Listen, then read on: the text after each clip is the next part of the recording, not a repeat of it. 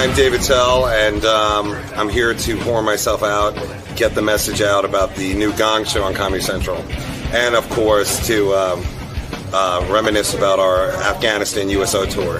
So, now how did the tour go for you?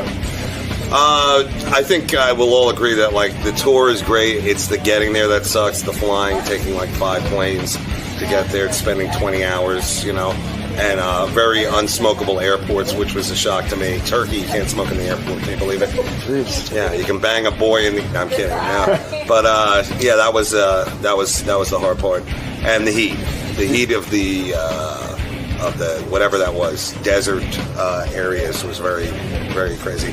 But the guys did a great job, and the troops were very into it. So.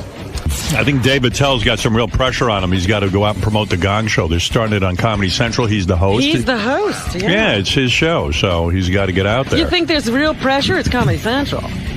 Yeah, no, there's pressure. They're banking on this? They're banking on him. All right. He's their one hope. Now that they lost Dave Chappelle? Yeah. What's up? Is there pressure on you to promote the Gong show? In other words, you want this to be... But, I mean, you can laugh all you want, but this is a big deal to you. It really is. You need this to be successful. This is my last chance to show business. I mean, you've done a lot of work for Comedy Central. You've had HBO specials. You're a successful comedian. You had your own show for I did, yeah. That didn't work out. It didn't... What? Well, I mean, it ended. Well, I ended it, though. Right. Oh, yeah, you it was did? going to kill him, that show. Why did you end your own Dave Attell show? Because I only have one liver, and it got harder to do it was called the Insomniac Show, not the Dave Attell Show. All right, but it should have been called, everyone called it the Dave Attell. The whole industry called it. They called it the whole industry. Yes. Yeah. Everyone in the industry called it the Dave Attell show. Exactly. Variety, of course, yeah. No, they called it... why I ended it? Because it was getting harder to do, but I wanted to keep doing hour specials, and they wanted a half hours, and, I guess in hindsight, I should have kept doing it. But look at me now. I'm like an old, drunk guy. I mean, it just seems like... Are you really a drunk? Yeah. And that's why the Gong show is like a perfect rehab of... Do you have a drinking problem? Yeah. Well, what is this? The first time on the air? No, but I'm saying... I'm wondering I haven't had a drink in 6 months, and the guys will back me up on the tour there. So. How much is this a shtick, this addict kind of person? I don't speak early Jewish vaudeville terms. Right. How much of my shticklach? Yeah. How much? No, I mean, how much of this is your persona? Like Dean Martin, everyone thought he was a raging alcoholic, and maybe he wasn't. But some people have suggested it was an act. Is this an act with you, or are you really having a problem? Do you need to go to rehab? No, I think that what happened is just I got I just stopped because it was. I just was sick of just doing nothing, and the drinking was boring after a while and shameful. Was there cocaine involved? Yeah, of course. Of course. But that was years ago. Right. No, but Sarah Silverman said when she went out with you, when she was your girlfriend, right, she saw no evidence of drinking or any of this behavior. It came after her, she said. I thought he was always depressed, though. I didn't have any money then. You didn't have money to buy alcohol. Exactly. I didn't have any of that kind of remote control money, as we used to call it back in the 80s. So they called you and said, we're starting the Gong show again. Wait, jump around and okay, and what else happened? Wait, hold it. Go ahead. Don't worry, I'll get back to everything. This is how you everything. break a guy down. You don't stay on the same topic. I thought we were on the same team a minute ago. By the time I'm done, you'll see. Watch out for a curveball coming. I think I just got it. No, it was Sarah Silverman. Right. I'll go back to that if you want. No, that's okay. What are you going to do with the wedding? That's what I really want to know. Can I say? Go ahead. Give me your suggestion. 2 weddings.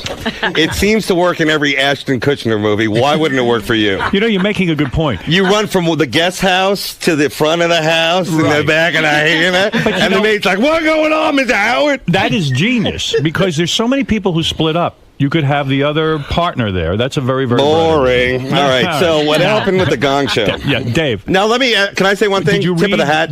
Oh, thank you. Tip of the hat to you.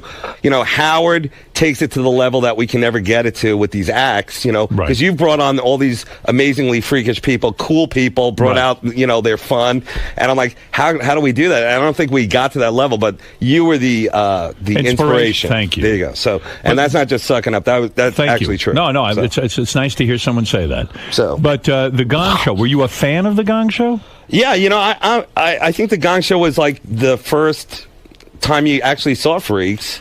I was and a doing fan of great things. Yeah. And, like ukulele acts and guys in a bathtub and Gene, the dancing machine, all that stuff. And that was before YouTube. So that was like really the only outlet. Right. We take it down and dirty, more the road of hilarious than that. We've got something going that they don't have going for them, which is great judges. And the judges from Andy Dick to Triumph the Insult Comic Dog, Adam Carolla, all these different people came on and they had a ball with it. They just they get involved in some of the acts. They lay it down. It's not like Sharon Osbourne giving this critique or some English, dandy giving some kind of you'll never make it, mate. Oh, blah, so blah, blah. it's a direct ripoff of Howard's show. Exactly. Thank you. We have everybody from unicyclers to queefers, and and in between. Yeah, that's your that's your bread and butter. Well, you do here. have a queefer. Yes. Oh, That's can new. a queefer win? Or I wanted see. That's the thing. The whole thing that really got me was that America's Got Talent. It's always like the juggler and the guy on the unicycle with the bag, and we had those people on. But I wanted the hardcore, the vaudeville, uncabaret people, like the girl shooting a dart with her vagina at her husband with balloons. I mean, I was like, I love this stuff. But it's only so far you can go. It's still cable television. No, they show it. Comedy Central's very cool about it. I give them a real dart out of her vagina. Yeah, well, you don't see the actual, vagina. The thing, but you see, it coming out. And I see. So if this is a kids program, the Gong Show, I remember, was on in the afternoon. Now, are you able to negotiate with Comedy Central a decent salary? I mean, they're pretty tight with the dollar, are they not? I'm betting that Dave got $20,000 an episode. Wow, I say that's high. It could be. It could be between 20 to 50, but it could be 30. I'll say around closer to 20 than 50. Well, the funny thing is, Artie, you also are a sitcom actor, so if I was going to use my old quote from my part on Wings, from when I was on Just Shoot Me. No, but that's part of it too. But Comedy Central, money-wise, they bring the money if you bring the ratings. And the good and the bad of Comedy Central is that you can take it to the next level. Like the Gong Show would not work, and they've tried it a million different times. Yes. A lot of guys have tried it. Yes. And it is kind of like the Titanic of going down with the ship. And I could ramble off many hosts who've tried to do it.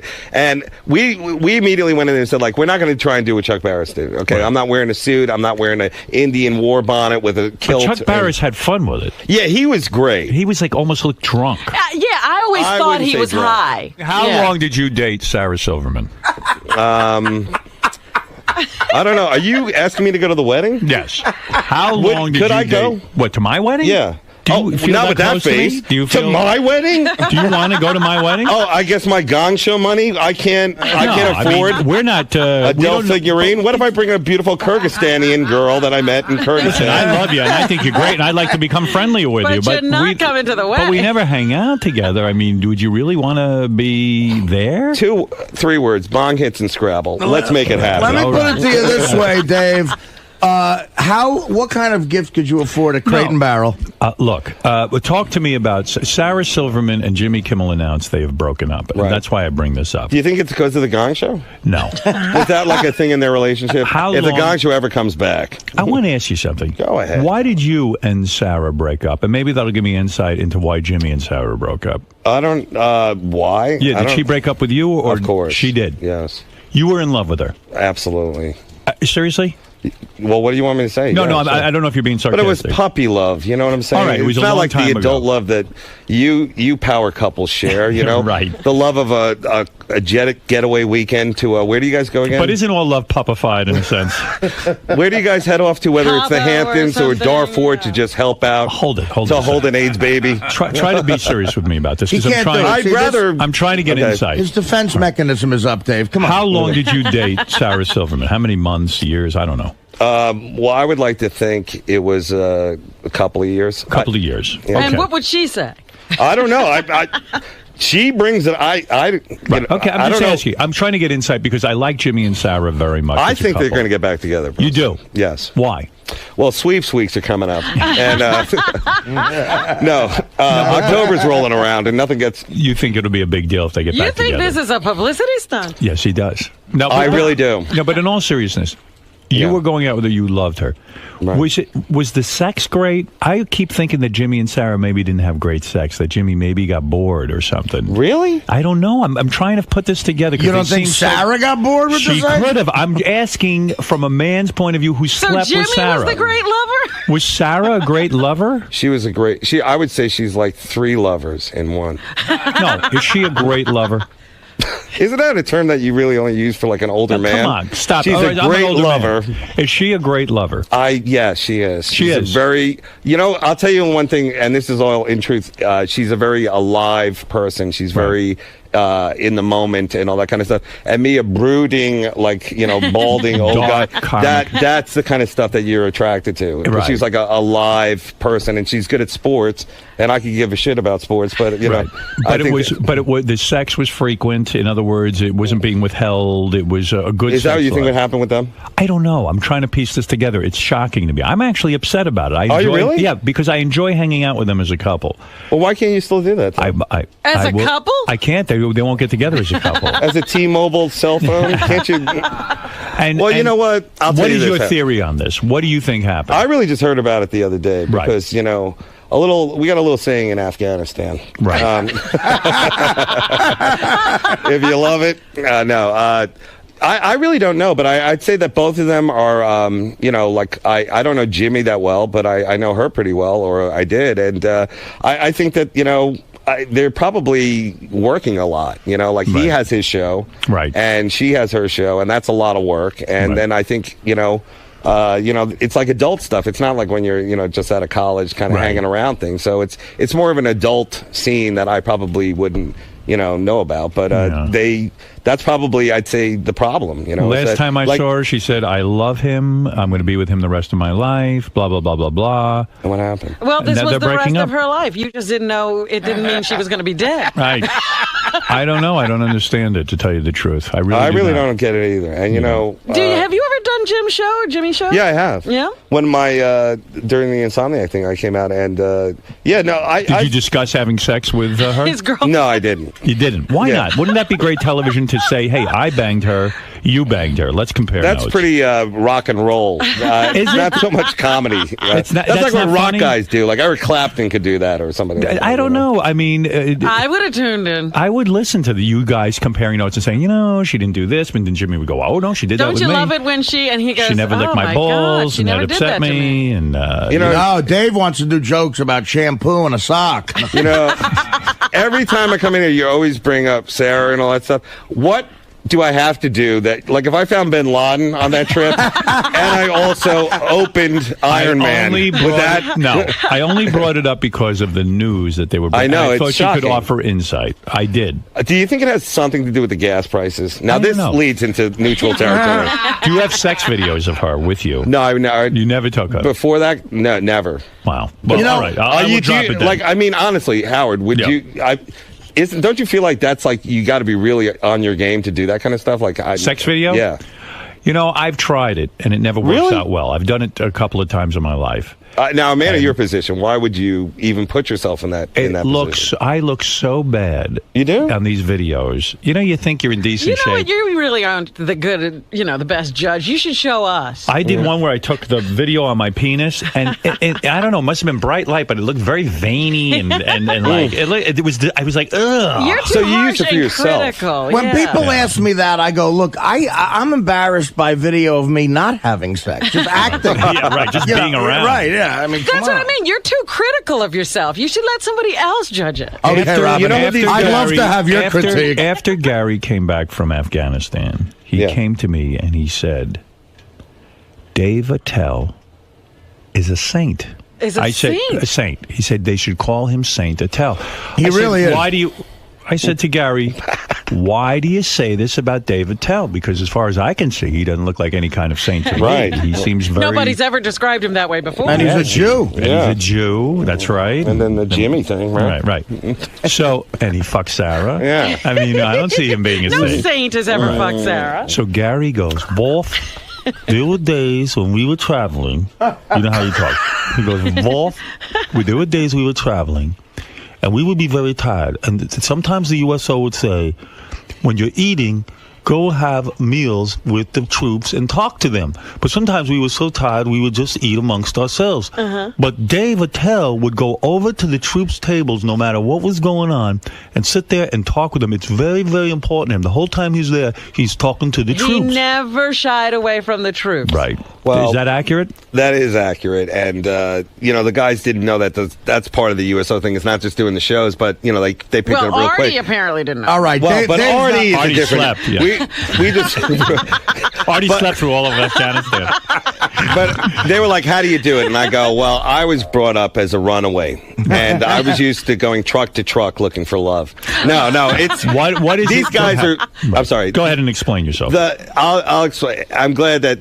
First of all, I'm glad I couldn't pick better guys to go with because not just Artie and Gary, but Nick and Jim Florentine were great. And the whole thing is that the monotony... we see the war in little snippets on the news, and it's explosions and shooting. But then there's the other times of just monotonous routine, heat, being distant from their loved ones, their lives. There's a lot of people there in the Guard and Reserve who have other lives that they've had to put on hold to do it. And what the psychological pressure, knowing that they might be killed at it. Exactly. Right. But besides all that, there's really just the never-endingness of it and the sameness of it. And that could be horrific or it could be boring, but it's over and over and over for over a year. And we're just like new faces that come in. I don't consider myself famous. I'm not, Jessica Simpson or anything like that. But we just come in and like whether they know you or not, it's just somebody else to talk to. Like, comics are great because we don't bring any equipment. We just come in, tell a couple of, dick jokes and we're out of there. Right. And they love it dirty. And, they might say the powers that be, keep it clean, do this, whatever. Yeah. But when it gets down to it, they always love it dirty. And we love bringing it to them that way. So. Right. Yeah, the shows, it was a good experience. The shows were very successful, and obviously Dave destroyed, as did Nick. Everybody killed. Yeah, and Gary did a good job. And I mean, it is so satisfying afterwards at the meet and greet when these guys come up to you and say, you know what, man? And every one of them were nice. We really appreciate you coming. We laughed, and it was good to escape for a while. And Dave has gone probably about 4 or 5 times. Is that right? You've been there quite a bit. Different place, right? yeah. Yeah, I mean, you've been to Iraq? Iraq. You've been to Afghanistan. And, Afghanistan used to be the one where everybody's like, I hope I get sent to Afghanistan because it's safer. Now it's really, going crazy. Yeah. Did you feel in danger at any time when the mortar attack? We read about the mortar attack. We asked Gary, and we asked Artie about it yesterday. Was that your first time being under attack?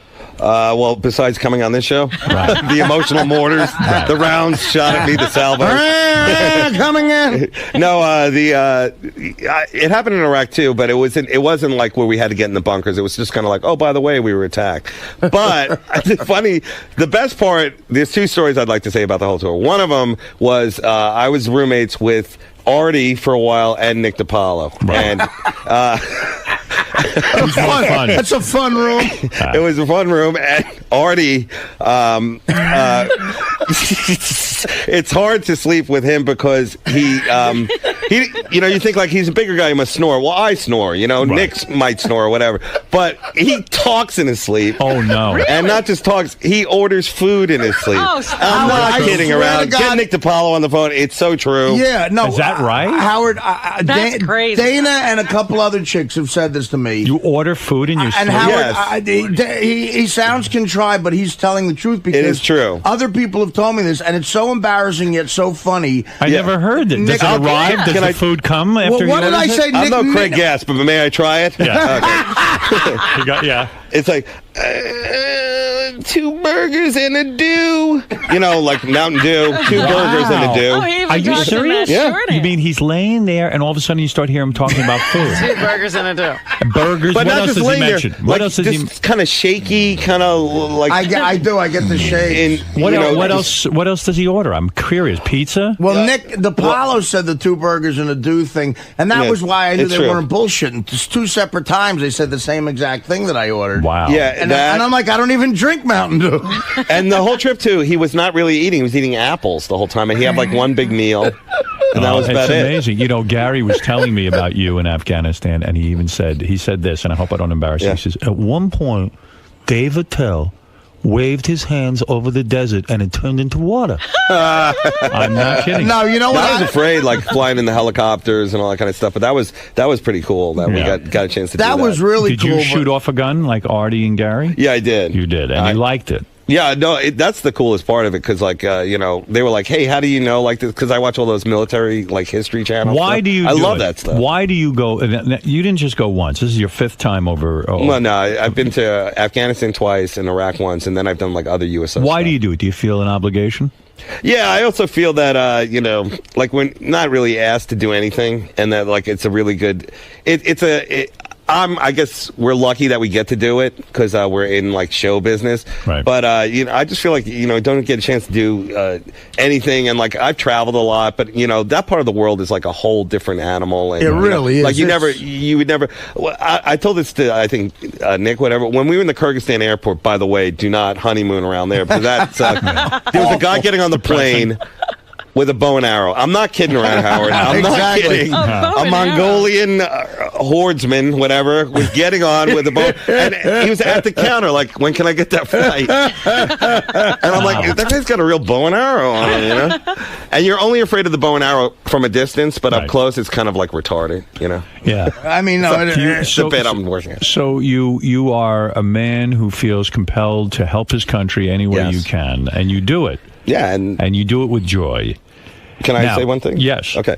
The biggest surprise, delightful surprise, was when we went to the Predator base and did Gary tell you this? Oh yeah, the colonel. The colonel of the Predator base is like the most devout fan of your show. Wow. Anyway, because we walk in and he's giving us like a bullet point thing on the Predator, which is pretty cool because Jeff Anthony, usually when you do the USO tour, you meet everybody. You meet like the guy who's in charge of sanitation, and he gives you like a rundown on how they do the base and like how they set up the city and all that kind of stuff. So some of it's kind of monotonous, but you know, you're there to meet the guy, so you got to, sit through it. But this guy goes, I got a couple questions. One about the merger.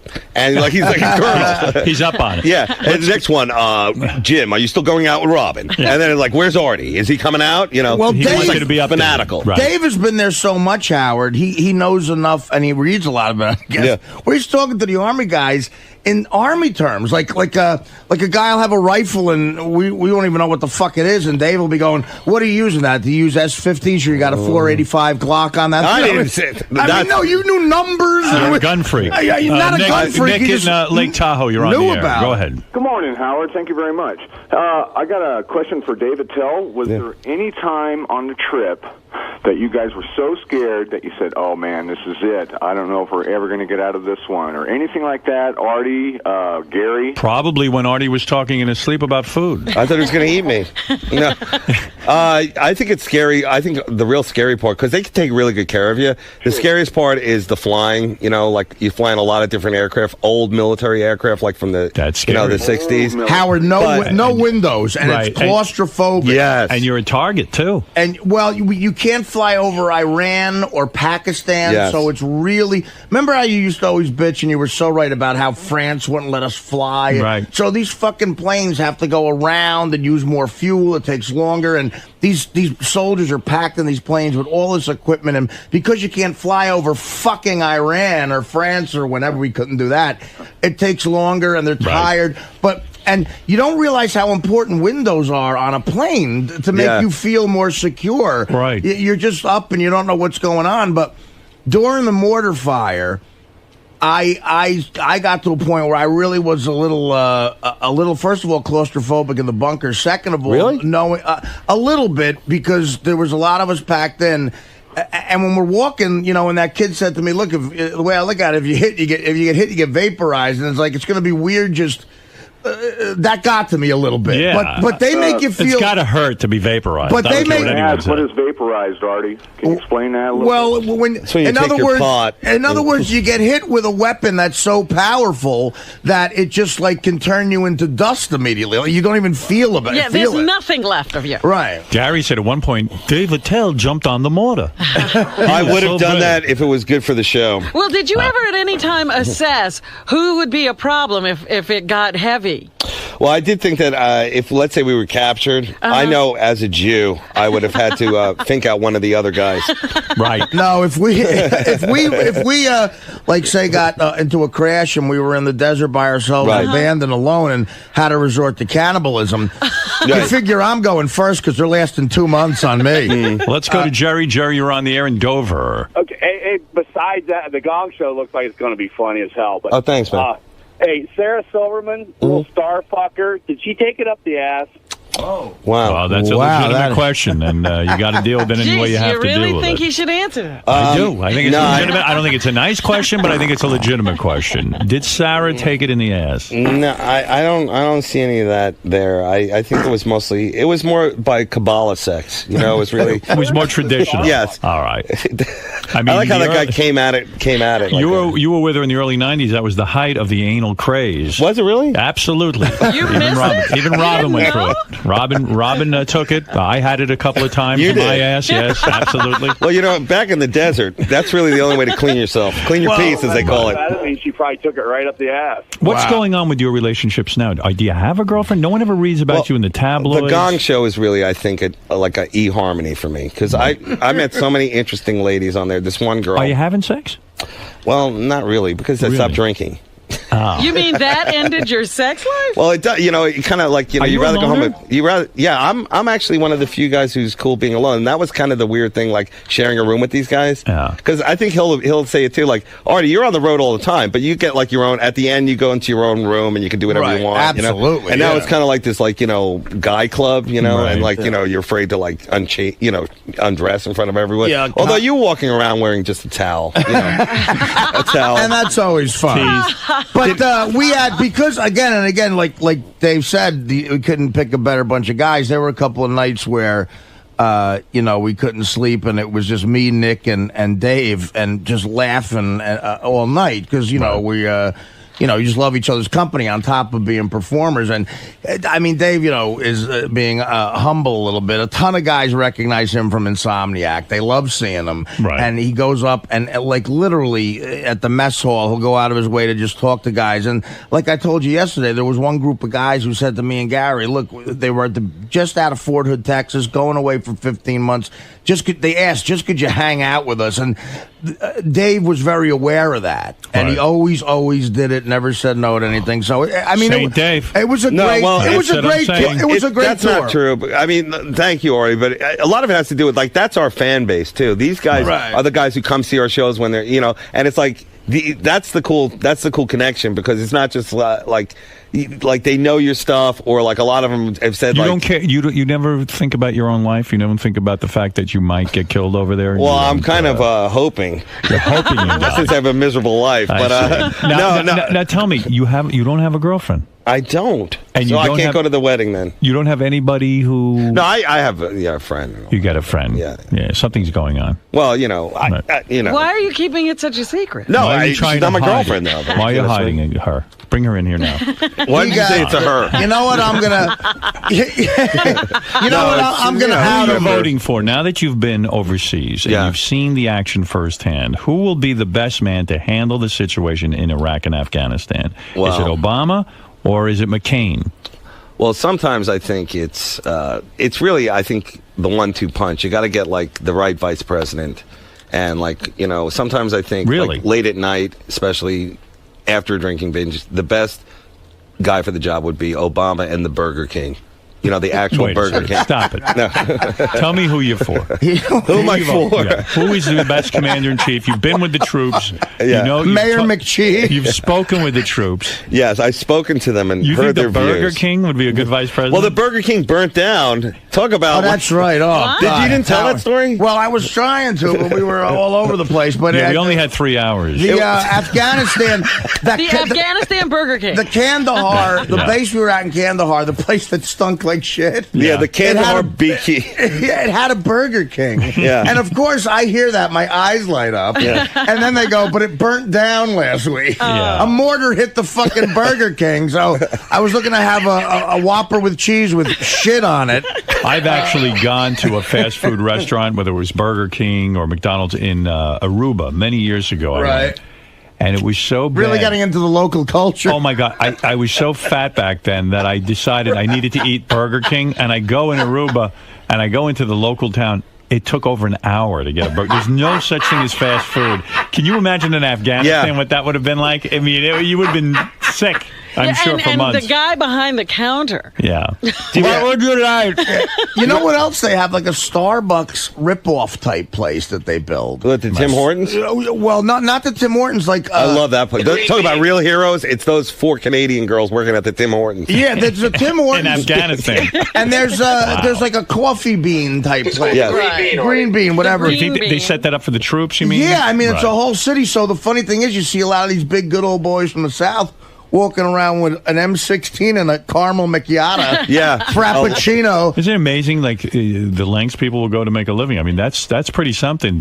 That's extreme to set up like a Starbucks in Afghanistan. Right, and it's when always you hear packed. about those people who get kidnapped, it's always some guy Right. from the Midwest Contractor. who needed a job. It's always a barista at It shows Starbucks. you how shitty things are out there. In Kyrgyzstan, the cool thing is because the people are like Russian hybrid. You know, like you'll meet like a girl like with one blue eye, like a husky, like weird hot girls, and they get jobs on the bases. And like I was up early one day, like just chain smoking outside, and these 2 guys walked by, a guy and a girl, and they're like wearing like all yellow. I could tell they're not in the military; they're like contracted, and there's like this drop dead blonde hottie who in New York would be, you know, like the top of the totem pole. She's like collecting my cigarette butts and like putting them in this thing. Yeah, Like, that's right. I couldn't believe it. Like that's the best job there. Local Russian nanny. They need Tyra Banks to find her or something. All right, Smoking blondes. All right, you didn't answer my question, right? Because Artie said he now was leaning toward McCain after coming back from the troops. A little bit, not totally. I don't know. You could switch back. Who are you supporting? Well, I don't really know who I'm going to support. I always go for the ones who are like pro-abortion and all that kind of stuff, gay rights and all that. Because, you know, like I feel like it's too stiff out there, especially in the comedy clubs with all the, you know, church stuff. But, you know, that's just me, you know, whatever. But plus, you're a gay guy who's had an abortion. Right. So that would be Obama you're for. Yeah, I guess that. But I do love McCain. Like, I read all his books, and I think he's definitely, like, you know, so you're having a hard time deciding. It's very hard. And So I you probably, also- you know what I think I'm going to do? Sleep in and not vote. You think that's good? No, That's maybe what I do. That's the answer. You also know that McCain can't really be fucking in real life anti-abortion. You know what I mean? Yeah, but he's a cool dude. Yeah, He's a cool dude. Policy. Yeah, I know. He should say it, but these crazy Bible Belt people have you by the fucking balls. Well, then he's got to stand up to them. That's what I think. That would be leadership. That's One right. other thing I said in my sleep, I just remembered that, and again, other people have said this, and Nick told me this, that on top of that, he claims that I said, and again, I shake around when I do it, and Nick does such a funny impression of me shaking around.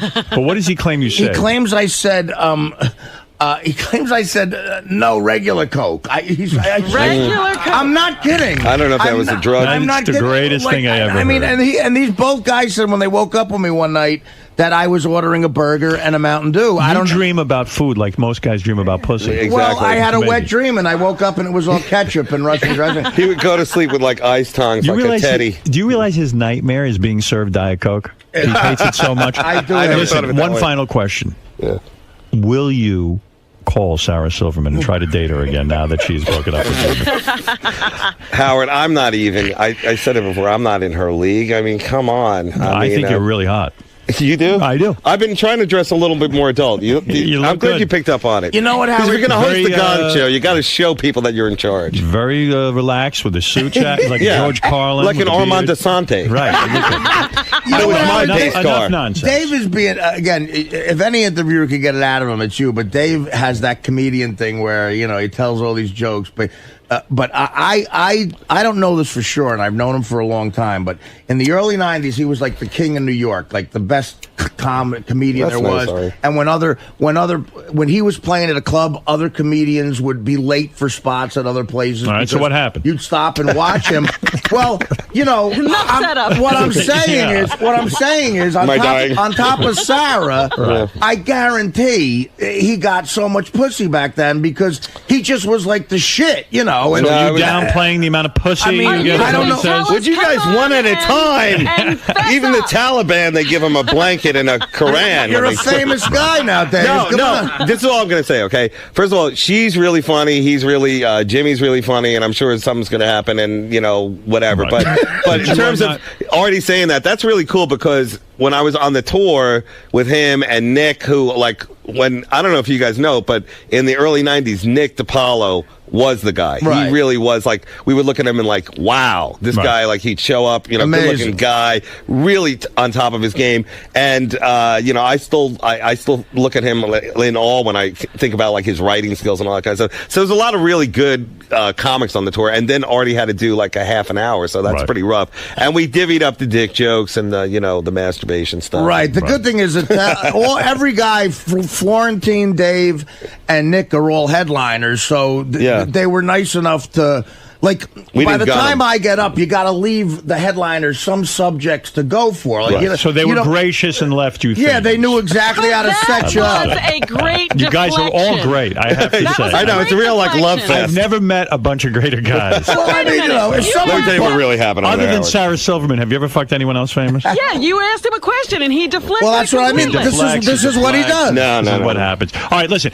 We'll never get it out of See the Gong Show. I'm excited it's coming back. I like the idea of you as host. I think it'll be successful. I hope so. But honestly, a tip of the hat to you. And thank you. But we Howard, really did look at one more thing, because you'll like this. This is a plug. While I was over there, there's an organization called the Coalition for Major Injuries. These are all guys who come back from the war. Oh, is this where Dave cut off his own leg and gave it to a soldier? Gave it to a guy? I heard about that. He's a saint. These are all guys who are like amputees, bad head injuries, and they're all at a hospital in Florida. And there's an organization that runs, support for these guys. It's a big charity because there's not enough money for these guys, which is awful.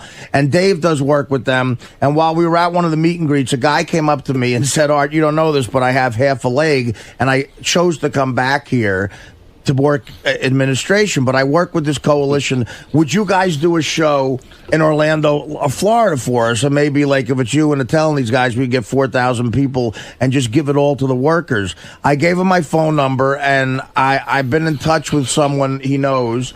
And Dave immediately said yes. Yes. And so he's a very giving man, you would say. Yeah. So sometime in October, November, we're gonna do like a 4,000 seater for this coalition of injured people in Florida. You guys are really giving back. And Jimmy Florentine and DePaulo already said they would do it. And again, it's a free show, and it's what is the official name of that, Dave? It's the coalition of. Dave, I thought let me ask you something though about that. It's Wounded Warrior. I thought we were talking about Wounded Warrior. I didn't hear about this Orlando thing, but that's how cool. did Sarah let you know she was leaving here? All right, listen. Okay. Dave, best of luck. We love when you come in here.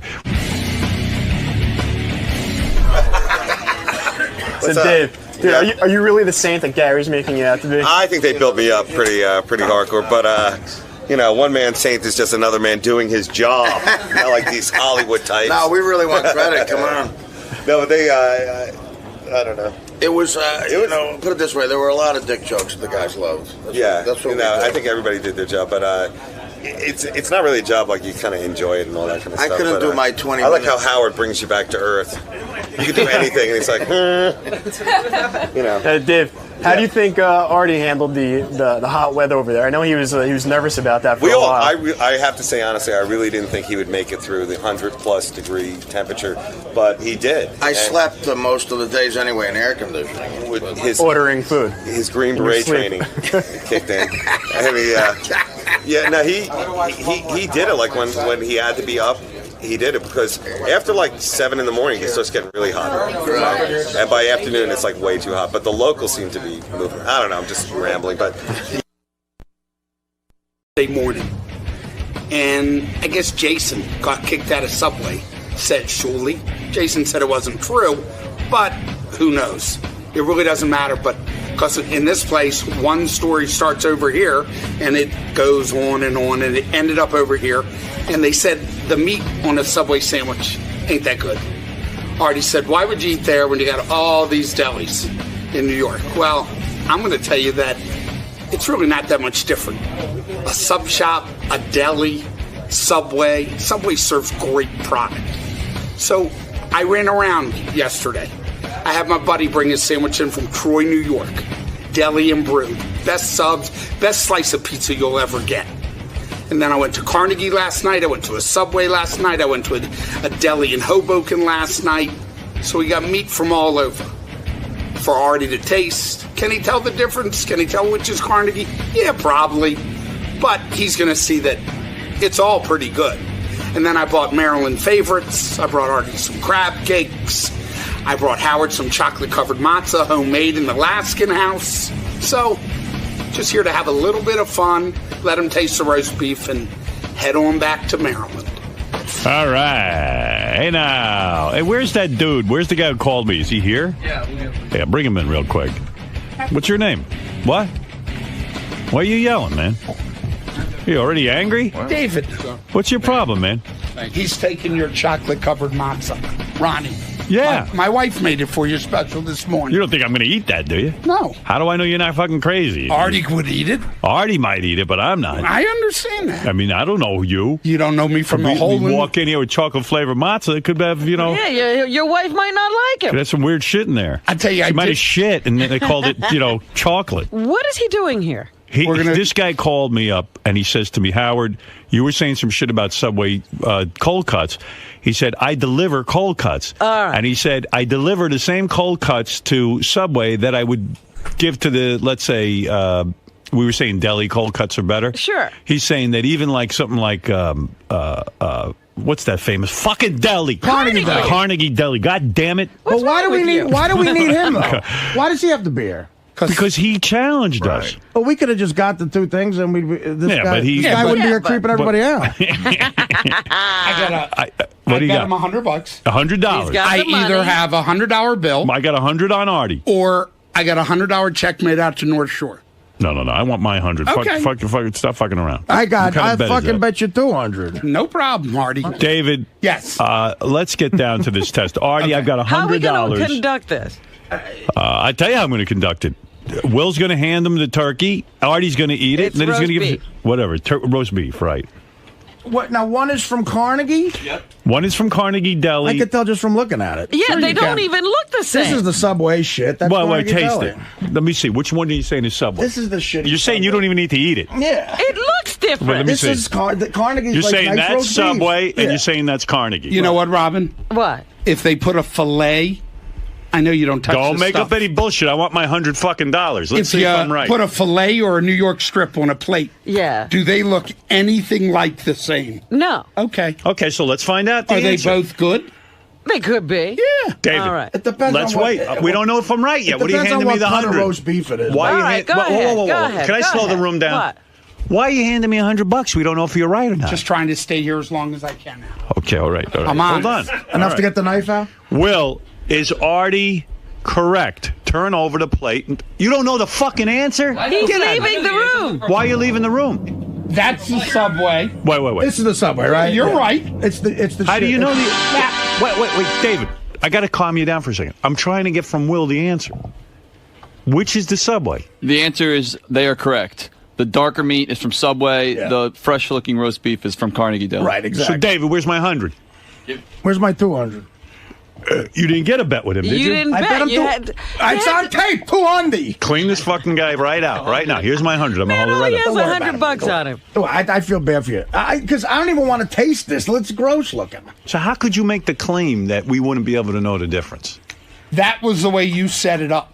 My whole premise Here, take this $100. I'm not taking What fucking is money your from you. premise? What was your premise? that a Subway roast beef sub is absolutely fine to eat for anybody to eat. Yeah, but it's right. It's not as good. It's Oh, not it's the not gonna same. kill him. Right, we know You it won't said kill you him, but- deliver the same exact meat to the delis that you do to Subway. And what are you pointing at? Robin said that. No, you No, said you that. said that. Get the tape. Fred, Robin doesn't know that I business. wouldn't know what Robin you did. said he's saying, Right. because she knows what everybody's saying. Right. Oh my Everybody. God. Oh my God. I mean, she does. Everybody. He's saying he sells the same meat to everybody. See, you were greasing her What up did you without say? looking good before. Now you're All right, I'm not taking your $100, but there's your proof, David. All right.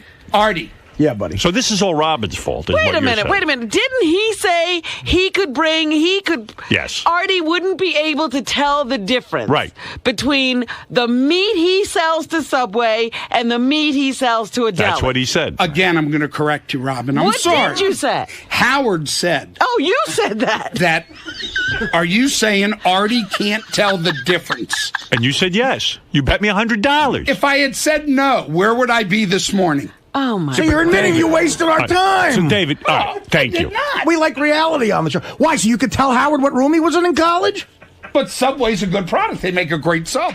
No, they don't. Not compared to Carnegie. That was the point. Well, David, I like you. I'm not going to take your $100. Exactly what do you do? Because now I don't know anything. He's a bullshit artist. I sell food for a living, Robin. I sell roast beef, corned beef, pastrami, pot roast, prime rib. And I brought you some great food. See, If I give you $100, will you leave? Yeah. I like this guy. He's a go-getter. He's a mover and a shaker. I'll tell you what, you put a piece of roast beef in front of me that's hand-carved and another one with a slicer, I could tell the difference. I brought you 4 of the greatest crab cakes. Robin. Are they like Subway? Whoa. Subway crab Something. cakes? You're the guy who's telling me Subway's so great. Right. You're telling me these crab cakes are the greatest crab cakes. Go online, gnm.com. What's that? In Baltimore. Go right downstairs to Del Frisco's. You'll get the best crab cake you Look, ever had. I can get a great crab cake on Long Beach Island. That's right, Robin, Jersey. Robin, you're from Baltimore, right? And Ronnie, you know what Ronnie was saying about you? He's saying you are the most annoying guy he's ever had in the studio. Is that true, Ron? I didn't want. You know what? I didn't want to be in the green room with the door closed. Right. I wanted to take some pictures, do some stuff.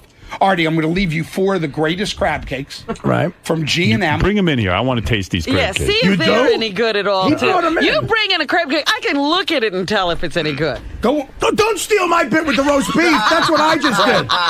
Ronnie, why is this guy a pain in the ass? Dude, this is not a playground. You came here to be on the show. You know, you didn't come here to. I'm standing right here. And Yeah, but it's no, he doesn't. I do like him. In fact, I want you to let him take pictures. We're not going to eat this food either. This guy gets stuff done because he's like the squeaky wheel. You know? Those are okay. Those are not great crab Point that cakes. toward me. Let me see that. He's walking around with matzah, handing out matzah. Filler in 'em. Wow, that's a crab cake. No, Look but at they've that. got filler in them, Howard. Can you They're pick not up a any good. website? They don't have the real blue crab. It's 100% jumbo lump crab meat. Let me take a look. Let me put a fork in there. Robin, you're trying to steal my roast beef thunder. Fred, gnm.com. Taste that. Taste those and tell me that those What are am I, your taster? Yeah. Your Highness? I'm not gonna eat that. gnmcrabcakes.com. You know I don't eat that. Now you got me. I can bring in a better crab cake. No, you can't. I can too. You can't. Artie, don't eat that. I went down to Baltimore and I got a nice crab cake. The hooker gave me soft shell crabs down there. Apparently, these are the best crab Well, cakes. now you touched Look, it. I'm telling you, Mud City in Manahoac. I'll eat him eventually. He's going to eat it first. He's going to eat it to show you that it's not All right. poison. But he might have a tolerance for strychnine. Robin. That is not a great crab cake. I guarantee you that is a sucky crab What's cake. his first name? Fred. What's the website say? I haven't been able to open it up yet, but according to the little blurb, it says supposed to be voted Baltimore's best crab That cake. is not backfin. But that was jumbo Baltimore lump Magazine in blue crab. 2004. Get out of here.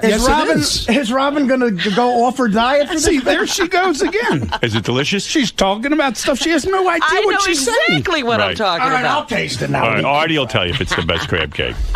But you don't have the other crab cake I'm talking about. Artie, use your hands. Use your hands. I'm not using my hand. Use your hand. I don't want Just to use my pick hands. one up and bite give me it. a fork right there, Jason. Here, here's a fork. I don't trust my hands. You don't know where your hands have been. Because he just did. It's grossing me out. No. But What's going on here? Get back to the mic. All right, you ready? Yep. I'll say, and I'll tell you what, Del Frisco's has great crab cakes. I've had great crab She cakes. tried to sell us one last night. Who? The waitress at Del Frisco's, Robin. Well, here's a problem. It's cold. You know what I mean? So warm it up. It tastes all right. It's not fishy, which is a good sign. It's not very, disgusting You're fishy. talking to a guy from Jersey. What does he know about I sell crab? food You for a just fucking living. said you're down in Jersey, sweetie. I grew up over there. all right. Okay. I had Long Beach Island crab cakes while you were still David. in Washington on the Air Force. You seem like a fun guy. You seem to me like one of those He guys loves that, his like, business, in your yeah. neighborhood, you're the guy who has the barbecues and you're always entertaining, Yeah. right? You're the Yes. guy. You're that guy. I don't think so. Yeah, you got kids and you're involved with them and everything, right? Melissa and Max. Right. You got them tattooed on your arm. they're They are. tattooed. Yeah. M&M. right? Absolutely. Yeah. Why not? I'm leaving the matzah here. All right. Y'all can do whatever you want with it. Well, it's in a sense, you're saying, Leave here, it here. you can throw this out. Could you tell the petcock to back off a little bit? Yeah. I mean, I had air conditioning last summer, and I'll Here's have what it I this want you to summer. do. Here's what I want you to do because I invited you down here. You're my guest. Ronnie, take him around. Let him take his pictures. Let him photograph. Let him have some fun. But remember, like Ronnie said, despite everything Ronnie does up here every day, this is not a playground. I understand. Artie. Seriously. What is this now? That's What is that? Seriously, that's chocolate-covered matzah. I don't. Nancy Laskin made that yesterday. I don't like regular matzah. I don't like it. This isn't regular matzah. Come on. Eat it, Artie. I don't want to eat anything. I really, because you know what? Let the Jewish kid. Try a piece of chocolate-covered matzah. Nancy Laskin's famous chocolate-covered matzah. Go ahead. All right, here's Benji. He's going to eat it. Fred? How is it? Not for me. I got a vanilla piece. Okay. Annoying Dave wants you to eat. It's white chocolate. Tell us how it is. It's white chocolate. Tell us how it is. It's probably delicious. Eat it, Ben. Eat it. Hurry up. Lisa ate some. Is it Go good? to bed. It's nice. It's a little sweet. It's Well, chocolate. It's a little. I could sit there. Let me have that. Of course you can. All right, give it to Artie. sit He'll here, tell too. you. Now Artie's ready to You saw Benji didn't die. Now so- what He you're said doing it's is sweet. you're fucking up my breakfast burrito. That's the problem. Yeah. You'll probably have a hard time eating that. Oh, now he's giving me shit. Go ahead. Howard, can I apply for a job at 11 Hold on a o'clock? second. What is it? It's actually excellent. Leave that bag there. Artie likes What's it. the matter with you? Leave the bag for Artie. Leave it next to the shitty roast beef. Did we bet? Dude, Stop with that. Look at that. That looks like insulation. Stop with the shitty roast beef already. And you're right. The Carnegie Deli sandwich, you can make a shitload of sandwiches with that. Right. All right, listen. But that's David. good product. David. Compared to what? Compared to a sub shop in Hoboken. No, it's not. Now those are fighting words, motherfucker. David. Come on out. David, I like you. David, I love you. Ronnie's pulling my chain. I know. Ronnie's worried about you. I'm not worried about you. No, he's not gonna. Ronnie, let him go around, take some pictures. Don't be such a, I understand you're doing your job. Hey, Dave, you want to date Cindy Margolis? You want to get laid? Hey, Father, you want to get laid? We'll Let me get you tell laid. you, I met the contestants. Yeah. And in all fairness, Will, who is the alternate, should be in the test. I might put him in it. One of the three guys would rather He's one of date the contestants. Cindy's husband. If she really? had. Oh, really? Oh, yeah. Oh, my God. Legs are crossed. Hair. What is that accent? What are you saying? Maryland. You think one of the guys is gay? I think he's gay. You think he's got Bring change? that guy in. I want to. You think he's got change for Which a $3 one do you want bill? in? The gay one? You think one of the contestants is gay? Yeah, I already told him. Which one? And what did he say when you told him? Which one is it? Yes, Ronnie. He couldn't tell which one was gay. Bring guy in the with the guy. balls Bring in hanging the out of his guy ass. that David thinks is gay. Artie. Hey, what's on the bottom? I of this? like this guy. Caramel? Yes. I still don't like them. You like me? I like Robin? you. I like All right, I let me love talk to you. this guy. Oh, I see what you're saying. He's a homo. See what I'm saying? Now I like them. You know, you might be right. Oh my God. You're going to be fighting for Cindy Margolis' date, right? Oh yeah. Yeah. What's your name? Ralph. Ralph. Okay, Yeah. Ralph. Gay Ralph. I don't know. You think this guy's gay? Seriously? What are you asking him for? I'm asking David. Why do you think He's he's a gay? real He man. seems like a regular Did guy. you see what he just said to you? What did he say? What are you asking him for? Well, he's not as heterosexual as Dave. That's No, for David, sure. seriously, it's not an insult, but what vibe are you getting from him that you think he's gay? The legs were crossed. Right. He kind of moved away from the manly men out in the hallway. Gym membership. Ralph, were you born in another country? Yeah. Where country are you from? Can I keep that private? Why? He's a terrorist. You're embarrassed about your country? Not embarrassed. I just want to keep it private because of What? 9/11. job reasons and things like that. He lied to his employer. This guy sells meat. He's telling you I'm gay? All right, so you can see the gentleman's not gay. He's just sensitive. Come on, Howard. He's not gay. You think You can see that? Yeah. I still think he's gay. He doesn't look effeminate to You me. know what Dave reminds me of? Uncle Frank. Anyone who doesn't sound like Tony Soprano's gay. Right. Thank God Dave's not running the show. You think you can pick out a gay guy easily? Yeah. Well, obviously he can't. This guy told me the roast beef I couldn't pick out. Have you ever had relations with Come him? on, Howard. I'm asking. Have The you answer ever is had- no. The answer is no. All right. You never even Nothing, had no. a towel snapping The answer incident? is no. You never jerked a guy off? I'm not going to answer that. They wouldn't ask you if they didn't think you were a little gay. Why would you answer Wait a that? second. You jerked a guy off? Howard. Did you? The answer is no. All right. But why not answer? That's a question I would answer immediately. I go, no. Because I answered the question twice already beforehand. All right. Towel snapping and Yes, he things of that has. sort. All right. Listen, David. You're He's wrong from about Lebanon. Yeah. Come on, let's be serious. Are you from Lebanon? Why'd that come up? He just said you're from Lebanon. We're guessing. No, the because of answer is you. no. Where are you from? The only way you get to play is if you tell us your Is that true, Howard? Your country of origin. No. This poor guy thought he was coming to meet Howard. He's got fucking Dave in his face. Dave, jerk his cock off and see if he comes. And if he gets hard, we'll know he's gay. But that would make me. No. You're doing it as an experiment. Only your hand would be I'm doing it for the show. Just jerk him off with some lube and see if he gets hard. And then we'll know if he's gay, and we can solve this once and for all. That makes you a comedian like Richard and Sal. Well, David, first of all, Ralph, you will be trying to get a date. You're going to be a contestant, and you have made love to women, right? That's correct. Right.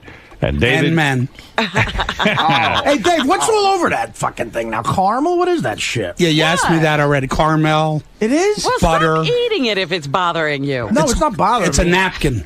Oh, all right. I need to get a handy wipe. Yeah, use a napkin. Or lick your fingers. All right. Right. Well, David, thank your wife for making us the chocolate-covered matzah. I can't say it. My buddy John drove up all the way. He's sitting in the green. Ralph gets in. John, you going to bring...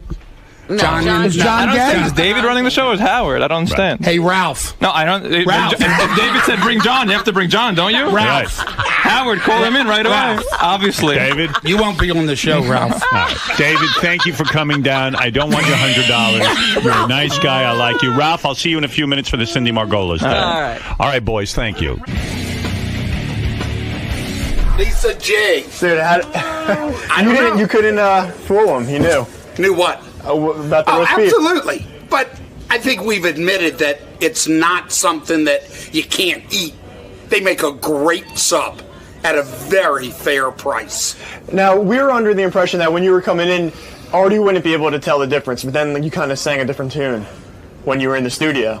I answered Artie and Robin and Howard's questions to facilitate me being asked to come up here. I embellished a little bit. I did something so I could get up here. And to my point, the point I really wanted to make, but they wouldn't have accepted that.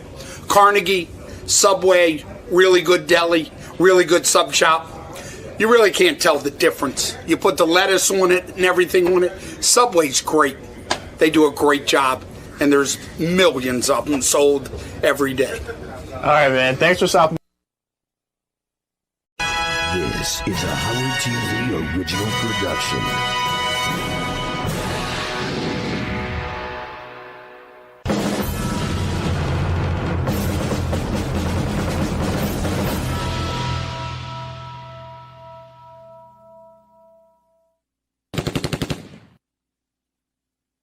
Operation Mirth was something I saw a bunch of my fellow comedians, 𝐀𝐫𝐭𝐢𝐞 included, going over there and telling jokes, and they would come back and they would say it's very rewarding. And I said, you know what, my grandfather, Sal Caprio, was a World War II hero, and I wanted to just, I know I could never be a hero, but I said, it's a unique time we live in. Let me go and maybe put in my 2 cents, at least maybe entertain these guys for a week. So I just really, really wanted to do it, and I got it in my head that I wanted to do it, and I mentioned it on the air, and it grew from there.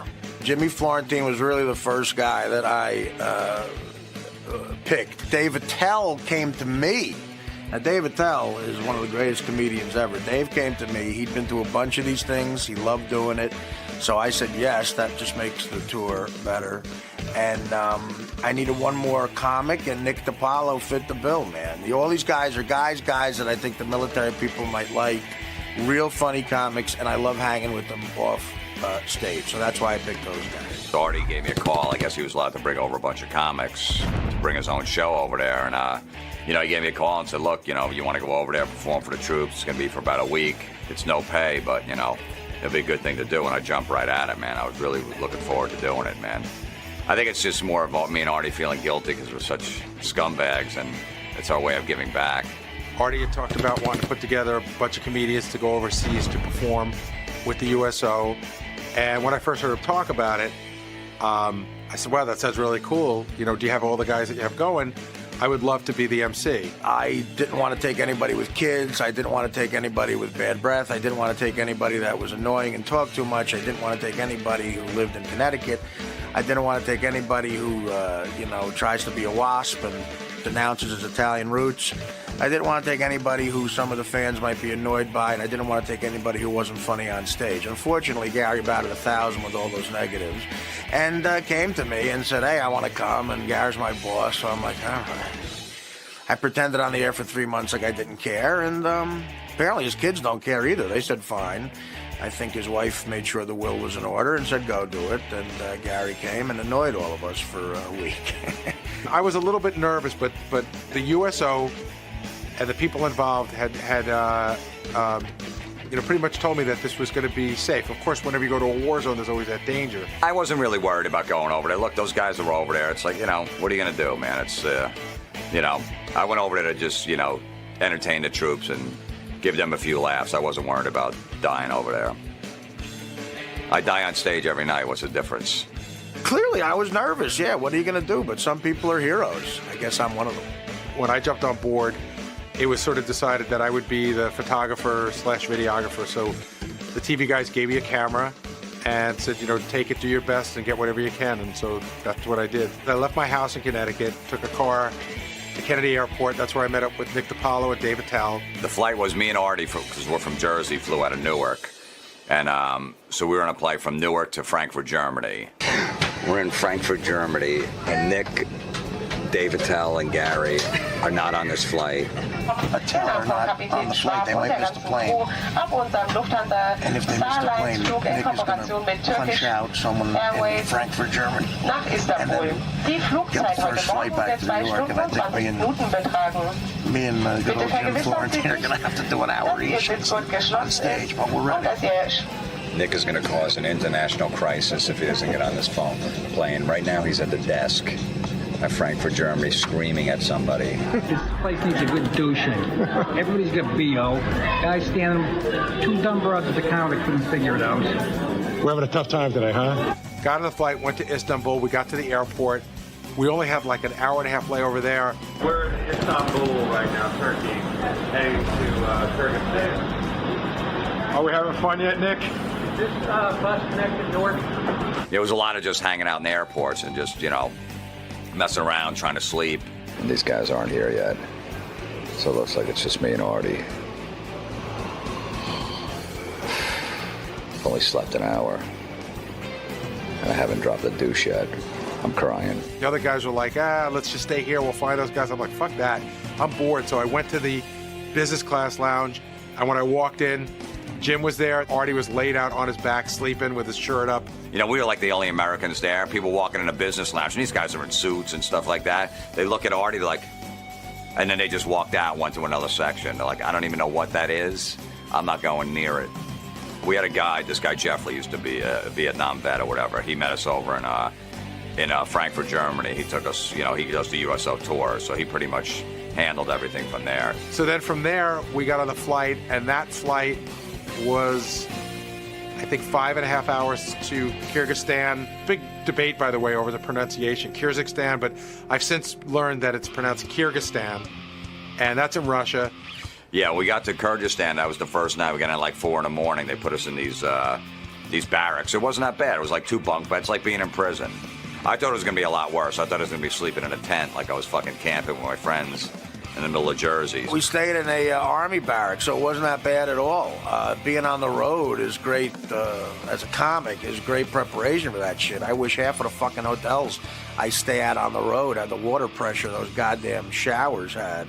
I don't know if I was wired over the travel or if I was wired over the excitement of being there, and then there's that whole thing that goes on when you only have X amount of hours to sleep, and then you're sitting there and you're going, all right, if I fall asleep in 10 minutes, I'll have slept for 4.5 hours. It's like 5 in the morning here.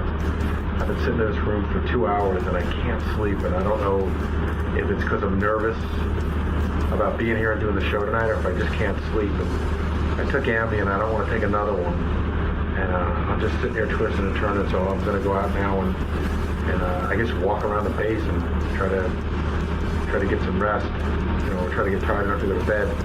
We have to be up in 4.5 hours. And I'm just sitting here laying in bed so nervous that I can't get to sleep. It's 11 a.m. in Kazakhstan, and we're going to go tour the base. Artie's still sleeping. Show's at 6 p.m. We don't know if he's going to get up. I had to sleep to get ready to give these guys a show. I'm the talent, you understand? So it was hard. I was tired, but I slept and I did it because I'm a hero. When we got up, it was the middle of the afternoon, and that's when Jeff, who's our USO guy, just started taking us around. And originally, I thought we were just going to do shows at night, the comedy shows, but they had us do these meet and greets all during the day. So pretty much we get up at 10 in the morning, do meet and greets for like 3, 4, or 5 hours, and then go rest for a couple hours and then do the show. What we did is went around the different guys who work on the planes and mechanics and all that shit. So that was basically our tour of the day. Here I am in the cockpit of the plane. I'm like a 3-year-old. Dick, what are you doing? I'm waiting to be tickled. This is the tickle chair. On Stern, they have this. This is where it is. Well, why don't you tell them this is for the Howard Stern TV? This is where they refuel the planes in flight. So the guy comes in here, he puts himself in a very prone position, and through just through his eye, he has to line it up with the jet, and it's a pretty hardcore job, man. Holy smoke! Yeah. So that goes down, and he said when you take off, you can see basically it looks like you're hitting the ground, and it's all done with you drop the boom, and it's like filling up your car, but at like 100 miles. How fast do they go? 500 miles an hour or something? It's like 400 miles or something. Yeah, so that's pretty wild. Not a drinking guy job. Hey guys, how are we going to run a special on Howard TV when Artie's in none of the shots?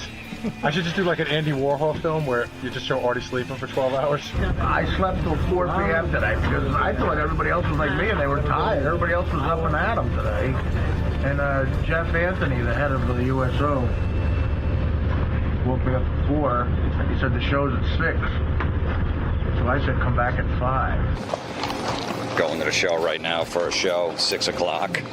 It's tough to tell dick jokes when it's light. Going to hit the green room at Pete's Pub. First show was at the base in Kyrgyzstan, inside a rec center. 500 people is what it sat. 800 people showed up. I was nervous as hell because, again, I don't perform. It's not what I do. It's not my thing. In fact, I saw that as the worst part of the trip. Doing the 3 or 4 minutes of stand-up was the penance I had to pay to go on. I wanted to be on the trip and experience everything else. I'm so fucking nervous, you can't believe it. I really am. I know my first 4 jokes, but I'm just, you know what? I think I have a good crowd here, but Jesus, I hate doing this. I really do. I mean, I wanted to do everything that we've done here except this. That's what we want to do too. I know, but you guys are funny. So I got up and I did my thing, and it went okay. Artie said it went okay. I got a couple of laughs, and then the guys came up, and they're like, it's so hard to go up before them. There's 4 guys, the 4 of them together probably have over 80 years of experience of comedy. Just 4 comedians that I think are unbelievably funny, that I have so much respect for. The only rule we were going to follow that they gave us was no political jokes, no bashing Bush. He's the commander-in-chief. We got that. I didn't take any pussy liberal fucking comedians with me. None of us were bashing any commander-in-chief. We're not fucking Janine Garofalo. No Margaret Cho's on this fucking tour. We know they wanted to hear the kind of material that we wanted to deliver to them, so we just did it. We didn't get in trouble. It was fine. But they loved it. I mean, we got a standing O right after the show. The place went berserk. We did a nice meet and greet afterwards, signed a bunch of pictures, met all the guys. Good times, a great crowd. It was, nobody's uptight around here, I think. No, he got away with a lot tonight. Everybody was really cool. Yeah, we'll find out tomorrow. Oh, yeah, we get the report card. Yeah, turn around and go home now. As long as you guys are happy, that's all that matters, really. Everybody have a good time today? After the show, we hung out for a couple more hours, and we had to get on a flight at 3 a.m. to go over to Kandahar, Afghanistan. I think we ended up going over to this holding area at around 10:30 and ended up getting on the plane around 2 in the morning. When we flew to Afghanistan, you fly at night because it has less of a chance of the plane getting shot down. So that's why the plane leaves at 3 a.m. So on this plane that we went on, they put all the Army folks on the plane. Half the people on the plane had just seen us during the show. And people just knew us from the show, and so they were applauding and yelling "Baba Booey," and then we sat down and we took the flight.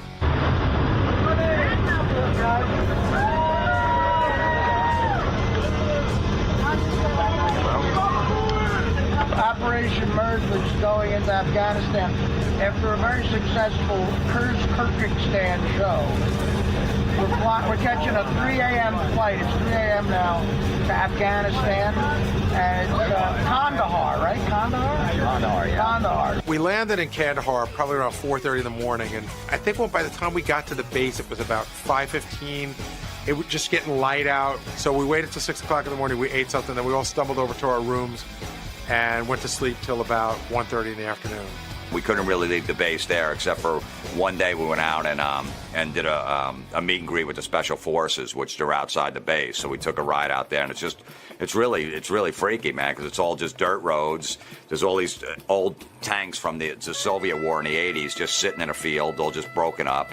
And there's just like little friggin' flea markets and people just hanging out. It's like 110 degrees, and it's dirty and it's dusty, and it was pretty fucked up. My impressions of the country of Afghanistan are, I do it on the show a lot. I go, oh, do we live in a shit country? Oh, we're from Afghanistan and it smells like shit. It's all dusty. That's the best impression I could do. Probably one of the most exciting parts of the trip was we met the people who are involved with the Predators, the drones, which are the unmanned bombers that this country has. This is fucking cool. That's what it is.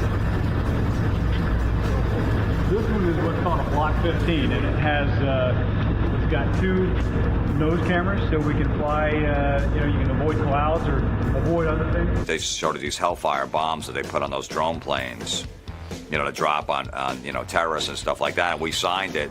This is the bomb that's going to trigger. So we all took turns signing the bombs. I wrote, Baba Booey, give them hell. And then the colonel came back the next day. He goes, hey, remember that bomb you guys signed? We killed 7 Taliban with that the next day. So it was really fucking cool. Artie and I and the guys were standing around, and Artie had spoken to one of the soldiers who sort of gave us a heads up on what we do in case there's mortar fire. This is a mortar bunker, I would assume, but it's for when mortar fire comes into the camp.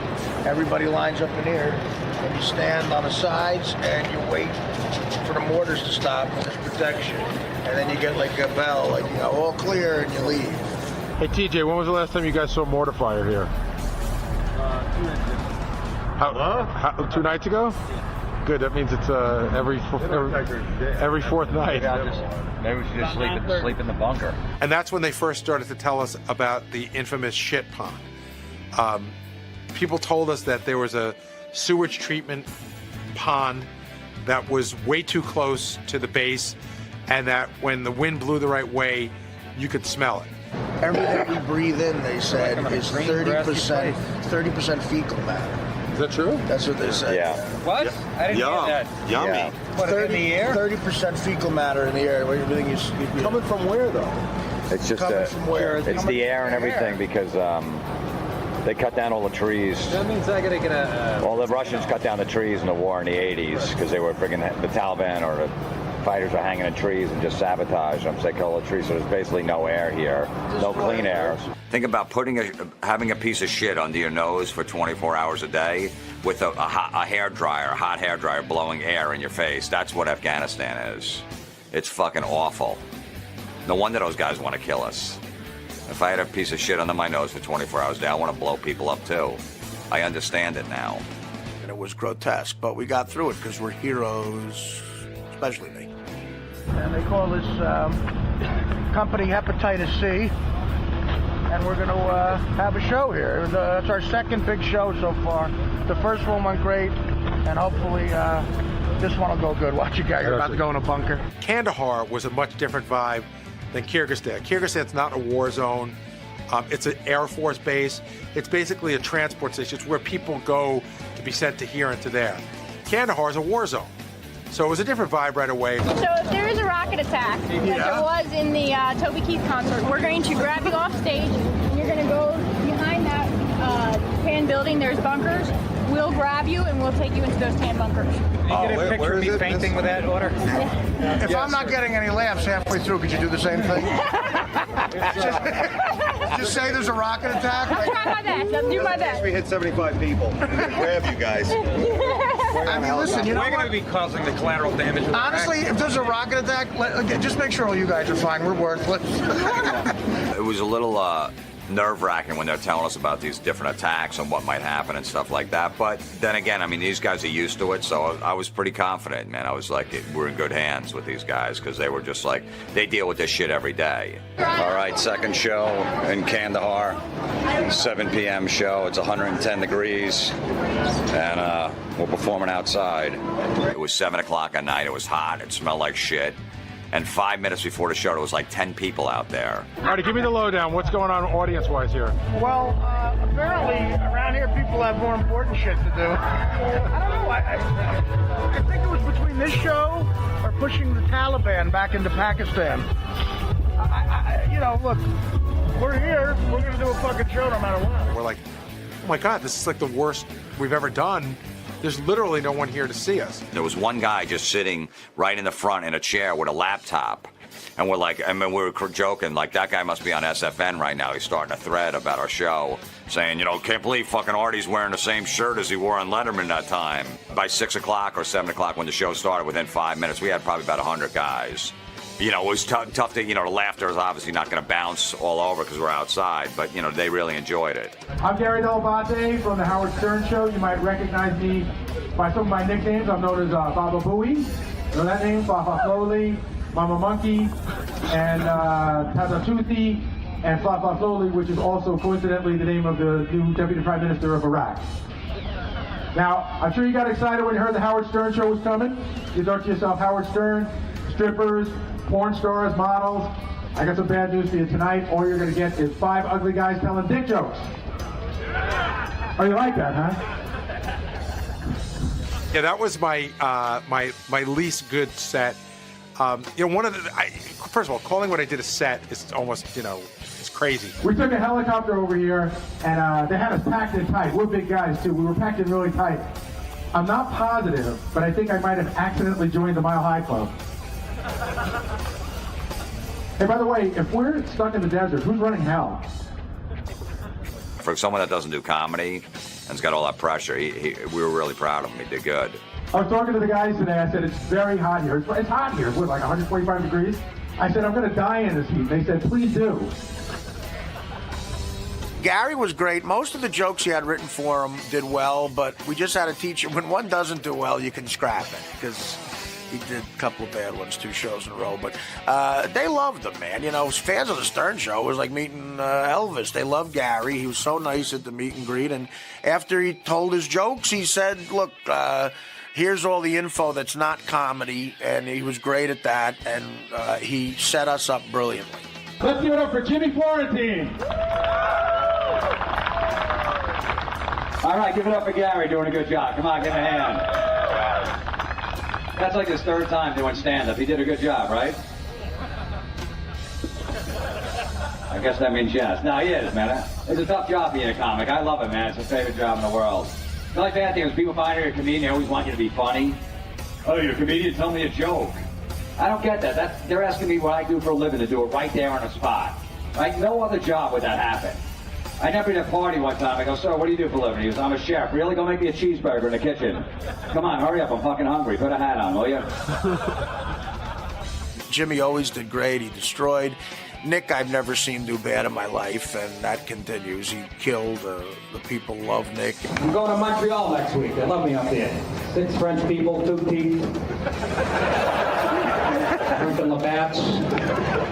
Trying to get me the finger. They can't figure out which one. It's fucking great. I'm kidding. Coalition forces, all right? Look, Attell is just, any comic will tell you he's the best ever, and I've never seen him bomb. He can adjust to any situation, and this is like his 5th tour, Attell. I like to drink, but, I've done some other shit too. Porn would be nice at this moment, but, I'm afraid to even go near my dick with these predators circling around. I don't want to end up on someone's YouTube site, look at this ball freak trying to jerk it. I did see the one, and I'm sure you guys have all seen it, about the 2 dudes and the mule, and I think that's cool. Because I think a man should bang a mule. Because when you fuck a mule, you always have a ride home. And I think that's great. Put a hat on him, it looks like he wants it. So, too much? All right, you're right. Anyway. And then Artie's got to do like 35, 40 minutes after us. So he's got a tough time, I was fantastic. I'm a funny hero. I'm eating shit right now. You realize all of us are now eating shit. What does shit look like when you shit it out? You shit out like a cheeseburger deluxe or something? The show went great, but then when we left, we were going to the meet and greet, and 20 seconds into that ride, the sirens go off, and they said we're under mortar fire. It's just a mortar attack, some kind of bombing. We got to go to a That's right. That sound means the incoming rounds. Incoming rounds are coming, and we got to go to a bunker.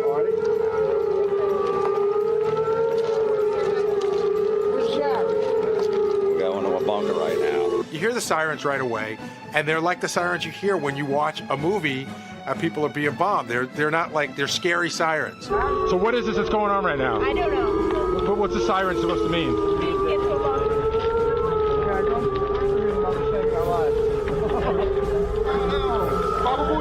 What's up, man? I want to hang when I'm going to the bunker. People always say, what would you think about, what do you think you would think about right before you know you're going to die? And the only thing I'm thinking, all right, if I shit my pants right now, because I'm really scared, at least I can blame the smell in the air, in the shit air. So, you know, they'll be like, oh man, it's the fucking shit pond. I can't believe it. That's all I was thinking. We're in a bunker and there's a mortar fire towards, I don't know what the fuck's going on. We just finished the show though. Thank God we got all those awful jokes in. And then, you know, we were in the bunker, and then we were just cracking jokes the whole time for like 45 minutes, like, whatever. You know, like, hey, if we die, it's probably pretty cool that we were, you know, performing for the military. We got killed over there instead of a drug overdose or AIDS, like most of us might go down by. Looks like we're safe, right? We're safe. We made it. We had a 20-minute delay. It might have fucked up our meet and greet, but no, I think we can do it. We'll definitely do it. yeah, we're gonna still check. But yeah, we're out of the bunker and off to Pizza Hut. Nice. We went and did a meet and greet after we got out of our bunker, and that was great. We're at the meet and greet right after the mortar attack, and it's about 20 soldiers, and we're blaming it because of the mortar attack, and no one wants to come out.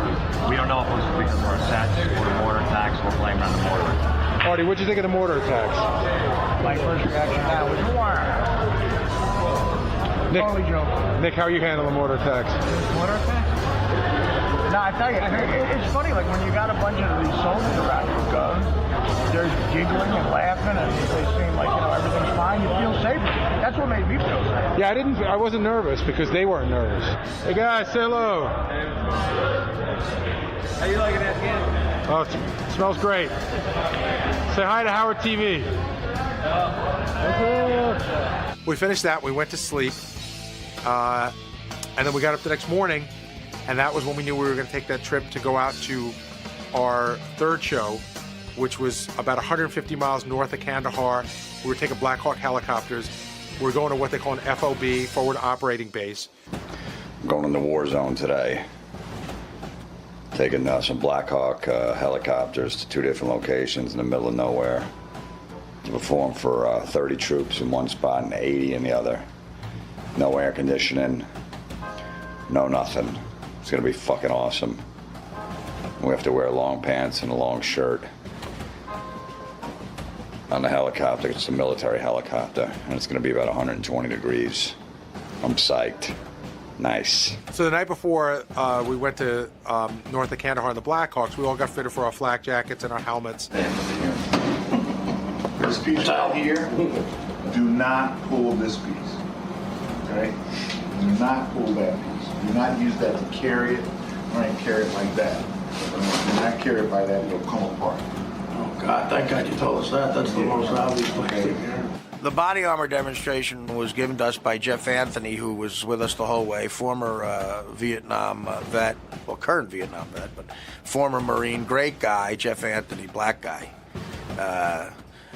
but a great guy. Once you're at a base and you fly in and you see the soldiers and stuff like that, you're like, oh, this is cool. But then once you start putting body armor on, you realize you're in a fucking war zone, man. It was pretty like, holy shit. We need to wear this stuff, you know? So I had no idea to put it on. I'm fucking retarded. I never had that stuff on before. And it was embarrassing because I'm a little heavier, and, you know, they made jokes. Okay, and then there are adjustments on the side. This will work with you. What does that mean, Jim? Both cameras. We extended some front to rear. We have a armored poncho. That's the headliner, Jeff. You could have told me that in private. Preferably at 0500. And we're going to get up. We're going to have a locker box inspection. And then we're going to run 10 miles, rain or shine. I'm a heroin addict, as you all know. That's a heroin sign for, like, Semper Fi. And I was in where they call Afghanistan the start of the heroin trail. When I was performing, I saw mountains, and over the mountains were poppy fields. You know what, guys? We're in Afghanistan, where the heroin trade begins. And right over those mountains over there is a whole bunch of fresh poppy. Not that I care. I'm all about professionalism, but I would love to just maybe like set it on fire and just fly over sniffing a little bit, see what happens. Do a little like black tar type shit. But we're here to fight the Taliban. With our dick jokes. With our dick jokes. All right, we're going out to the airfield right now. Get briefed on the fucking helicopter. You have to notice this box right here, flares. It's part of our countermeasure system. When they go off, you'll be able to feel it inside the helicopter. Don't be alarmed. It's part of our. It's good. It's good stuff. Tail rotor, bad. Stay away from it because it likes to cut people in many different pieces. Very hot exhaust, about 400 degrees or so. We have 2 machine guns. They have 7.62 ammo. I mean, if you have to use them, if you can learn that fast, congratulations. All right. We all have 9mm sidearms and M4 rifles. So you guys are like a rap. You guys win. Oh, motherfucker. Battle of What you gotta say? You guys are either in the army or the Wu-Tang Clan. Yes. In the event of a crash, I want you to stay inside the helicopter unless we have a fuel leak, which you'll smell, fire, or searing hot oil dripping down from the aircraft. At which point in time, you'll exit the aircraft, keeping in mind that the blades will still continue to turn. If you have to crawl out, that's cool. Our emergency exits are all currently removed, so if you can't get the door open, you can crawl out the window and even you can fit, I promise. So, Everybody is just, I'm getting singled out. safer already. I mean, some of the best soldiers in history had a few pounds on them, pal. We took the Black Hawk helicopters from Kandahar about 130 miles north to this forward operating base. You have to wear the headphones with a little microphone on it, and you can hear what the pilot's talking about. And the trip out there is amazing. You're flying over the desert. You just realize it's one of the oldest parts of the world, and you realize like not a hell of a lot has changed in 1,500 years. The other thing that was really interesting is you're flying and it's like it's a desert, it's a desert, it's a desert, and then all of a sudden you can see there's like greenery, like almost like somebody planted sod. These people are the masters of irrigation. What they'll do is they'll dig these holes that are called spider holes that are used for irrigation, which is great. The downside is that they're also used to get up into the mountains, and that's where a lot of the Taliban travel through, and that's why we're having such a difficult time, because they're in the mountains. They're dealing with people who are living inside of mountains and holes inside of mountains who've been there for hundreds of years and know how to operate through all this. It was fun. We shot guns and stuff. Me and Gary both shot, I think, 𝐀𝐫_47s out the side of the helicopter into the desert, and we didn't hit anything, but it was fun.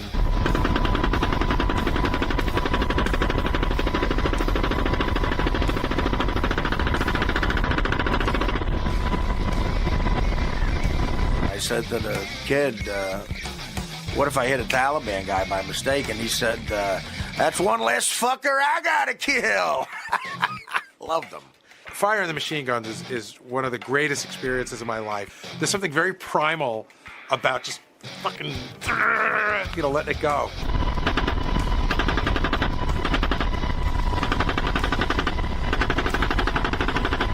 I dug it, man. I think about it all the time.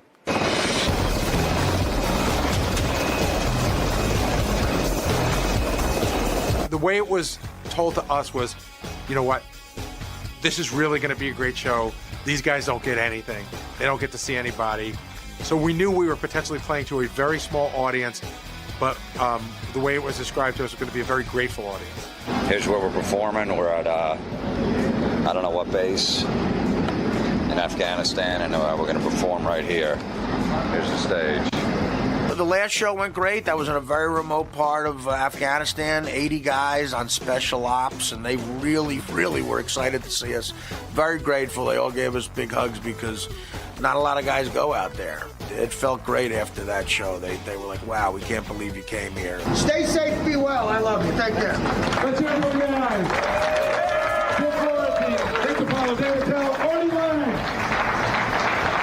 After we finished the show at the forward operating base, we were supposed to go back to the Blackhawks and get back in them and go about 30 miles past that to a base of about 30 people. The last show, we were going to go to an even more remote spot for less guys. We're going back on the Blackhawks to do our last show. But unfortunately, we couldn't because the Blackhawk helicopters that we took there, to get to this even more remote spot, they had to be escorted by Apache helicopters. That's how dangerous it was. And the Apache helicopters had a mechanical problem, so they could not make it. The fourth show we were supposed to do is in a place that's so far out that it's extra. Where we are right now is extra dangerous. This is dangerous times 50. And we couldn't get an Apache helicopter to escort us there. So they canceled it. They said, we can't let you go without an Apache helicopter. So we did 3 of the 4 shows, and they were kick-ass. But I tell you, those guys are out there fighting now, and they're not taking us out there to protect us. But I fucking really wanted to go to that far-out place because they really deserve it, those guys. I hear they're like, they haven't seen people in forever. We were going to do a show for only like 30 people who've been there, and the faces are dirty. People are saying it's like Oliver. They're just happy to see any American. So I wanted to go. I would have risked it, but I think we all would have, but they're doing the smart thing. We were really disappointed. I thought that was going to be the experience of a lifetime to be out there and see what those guys see and be able to entertain those guys. We were disappointed. We were bummed that we couldn't do that last show for those guys. Because this was really way out there. It was only going to be about 14 guys. So we're really pumped to go do that one. So now we're going to leave. We finish those shows. We go back to the base. Now we're going to leave the next morning. We're all going to get a good night's sleep. They got us up at like 7 in the morning. 8 o'clock we have breakfast. 9 o'clock over to the airport. It's our last day here in Kandahar. We're going home. It's 9 a.m. We have 5 flights to catch today to get back home. Now we're at this airport, and it's fucking hot. And it's like 130 degrees outside. And it's boring. It's tedious. You see what these soldiers go through. All the soldiers are sitting there waiting for their plane. We all started playing poker for a while, and we got sort of bored with that. And we've been there since 9 in the morning. Now it's like 2 in the afternoon. Now they're going to put us on the plane. This plane they put us on first. They're called C-130s, and these are like the shittiest planes the Army has to offer. And everybody's rap is sort of like, you got to fly on one of these once just to say you did it, because this is like the plane. We landed in Bagram, and we got off the plane. Right now we're in Bagram, Afghanistan. Oh, how exciting. Home of fun and mirth. Home of mirth. Look at the mountains. A lot of fighting and shit stuff. Jeff from the USO said, hey, I'd really like you to come over and see this USO Center. It's the nicest USO Center in the world. It's the Pat Tillman USO Center. The NFL funds it. The NFL just bought the whole place for him and just, put that up in the memory of Pat Tillman, which was awesome. Pat Tillman was on the Arizona Cardinals, and I believe he was from Arizona. He had a lot to do with Arizona. And the day he died, I had a gig at the Improv in Tempe, Arizona that day. And as I was going on stage, Dan Meyer, who ran the place, said at the end, maybe mention something about Tillman, it'd be nice. So at the end of my set, I mentioned, hey man, let's do a shot to Pat Tillman. And it was a 5-minute, literally a 5, maybe longer, 5-minute standing ovation. People were crying. It was like one of the most emotional things I had ever seen. In all 4 of my shows, the same exact thing happened. So I was in Arizona at the time, and he was just loved there and loved everywhere, obviously. And it's good to see his jersey from the Cardinals framed here, and that the NFL built this. It's really a special thing, and it's an honor to be here. This has been an amazing trip, and this is a great way to sort of end it. It was an amazing experience, and when I first got back, I wouldn't say that it was life-changing. And I still don't know that it has been life-changing. But I will tell you, it's something that I think about every day. You know, I just think about things that happen, small things, big things. I think about the trip a lot. It was an unbelievably positive experience. And maybe as time goes by, maybe I will see it as a life-changing experience. The whole thing was a success. The USO, Jeff Anthony, and this woman, Tracy Theed, at the USO, who I dealt with, they called my agent and said, their words, they said this was a smashing success, unbelievably great. So that makes me very proud. That's probably the proudest thing that's ever happened to me in my career. And I'm thankful Gary, Jimmy, Nick, and Dave were a part of it. And the guy, Jeff Anthony, all kidding aside from the USO, Jeff is unbelievable.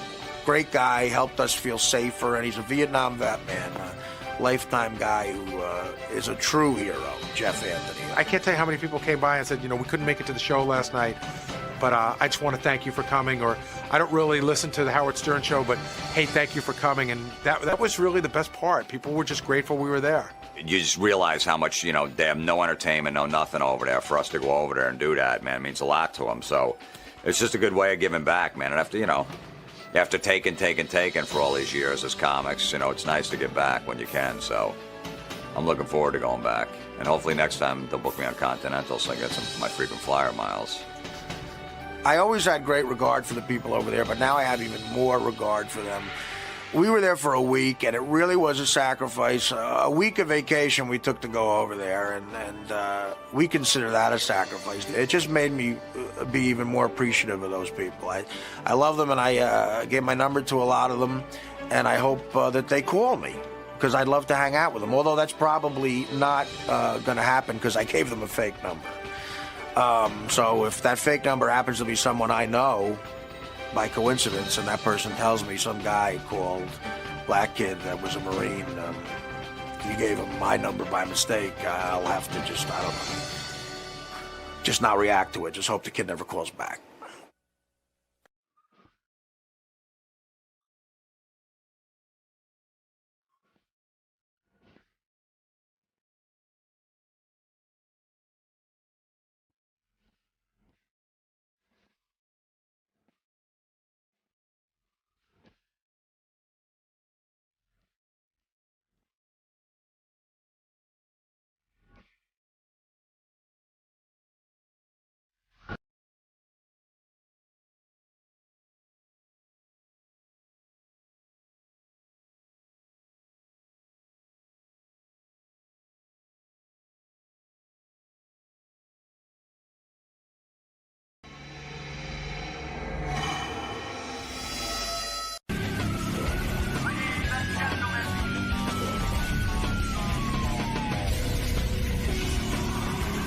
Hi, it's 𝐀𝐫𝐭𝐢𝐞 back, and here's some of my wacky bits I've done over the years. So check it out. I hope you like it, you weirdos.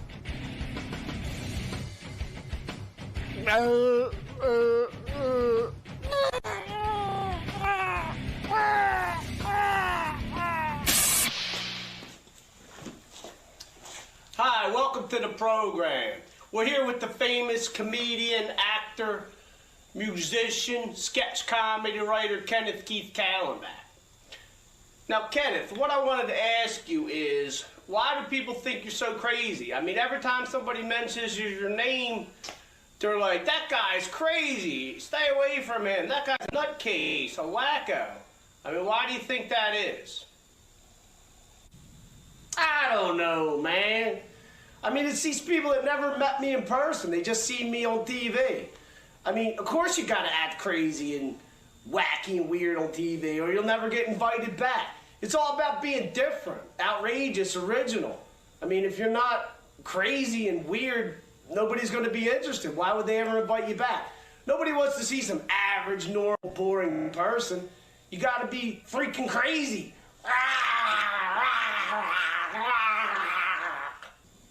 I am a big fan of your stand-up comedy, actually. But what I wanted to ask you is, why do you do all these crazy stunts on TV? I mean, what was with putting the fireworks in your pants and cutting your hair off and eating it and pulling the fish out of your pants and smacking yourself in the face with it? I mean, you know, if I was sitting there watching TV and I was flipping the channel around and I saw some guy cutting off his hair and eating it, I'd stop immediately and watch that. I mean, the reason I put firecrackers in my pants is because I thought it was funny.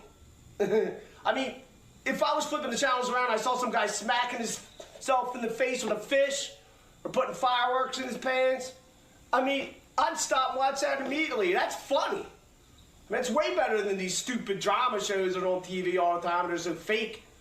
And I appreciate that you're a fan of my stand-up comedy. I really do.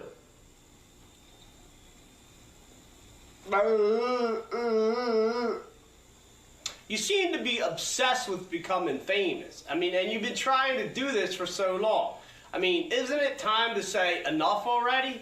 I mean, you're not famous. You've been trying to get famous. Isn't it time to just give up?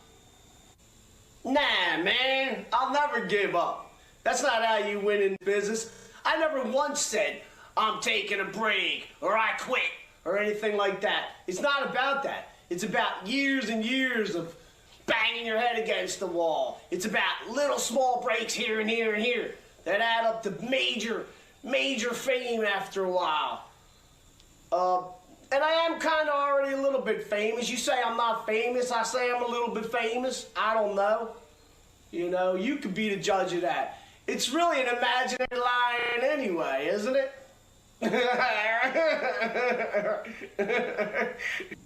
Did you know that you're the original Beavis and Butthead? You're the original jackass. These guys came along way after you. You were the originator of all that. Do you know they stole your act? Yeah, I mean, I've heard that several times in the past. I mean, is it true? I don't know. I mean, it seems like people are always ripping off my ideas. I mean, every time I come up with a comedy skit or an idea for a movie and I mail it out, suddenly the next thing you know, these big movie producers in Hollywood are putting out a movie with a similar ideas to what I just sent out. I mean, it just seems like people are always stealing my ideas. I don't know how to get around it. I don't know. Now, this question's going to seem a little strange, but my producers asked me to include it. Are you straight or are you, like, gay? Your producer might be a flaming homo, but I'm not. I don't take hot sausages in the rear. Now, get out of here with that. Ridiculous. All right, let's take a couple calls.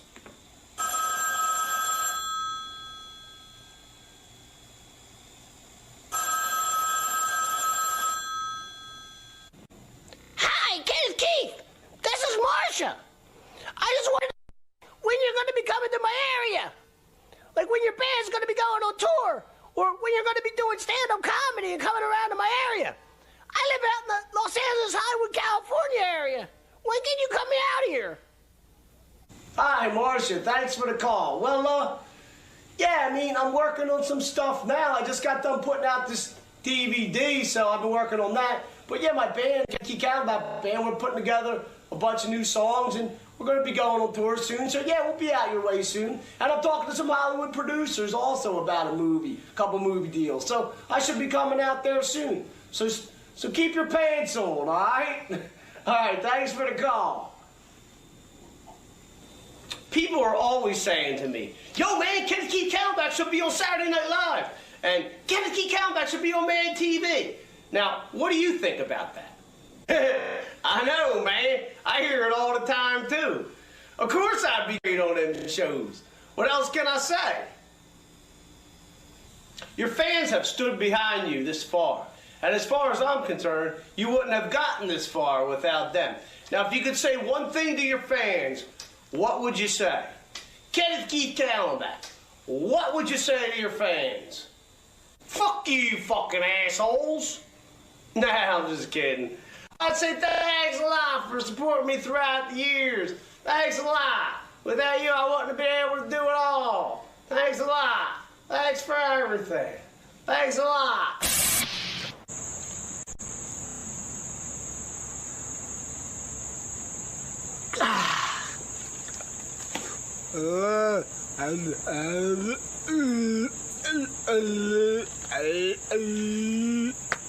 You like that one, you freaks? Check out this other one. This one's really freaky. I did a lot of drugs before I came up with this one.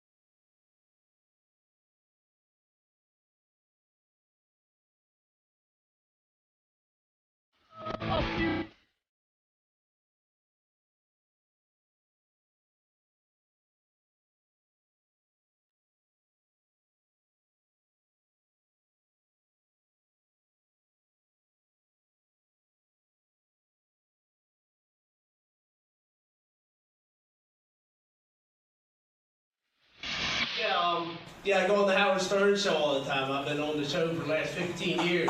Yeah. In case you haven't heard of it. So how's everybody doing? I'm not doing so well. My girlfriend just broke up with me. I met her speed dating. I did a bunch of speed and went over her house. She wasn't home, so I took her stereo. But I'm in my mid-30s. I meet a lot of women that have kids. And the kids are always coming up to me and saying cute things like, "Are you my new daddy? Because his black daddies was here last night."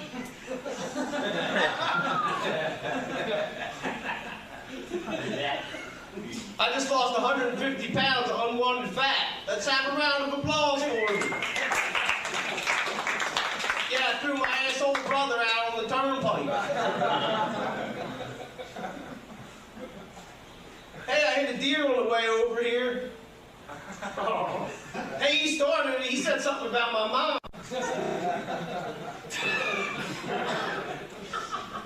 I was dating this girl that said she didn't want to have kids. She even went as far as to have a total hysterectomy.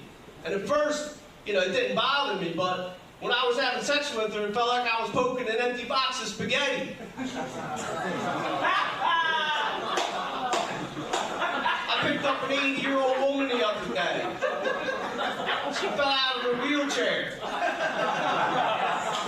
Picked her up, put her back in.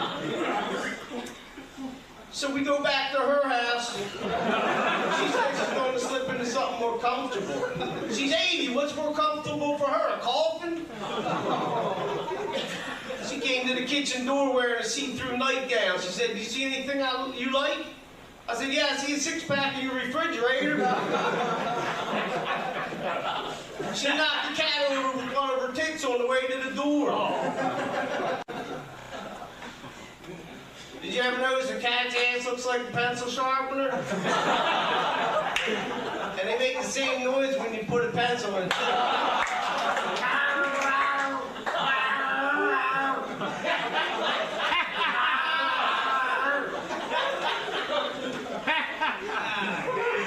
I couldn't work at McDonald's. They wouldn't hire me because they said I didn't have enough acne. My grandma's going through menopause. She's taking a pill made from pregnant horse urine extract. It helps women cope with the you know, with the effects of menopause. The only side effect is she keeps shitting in the street.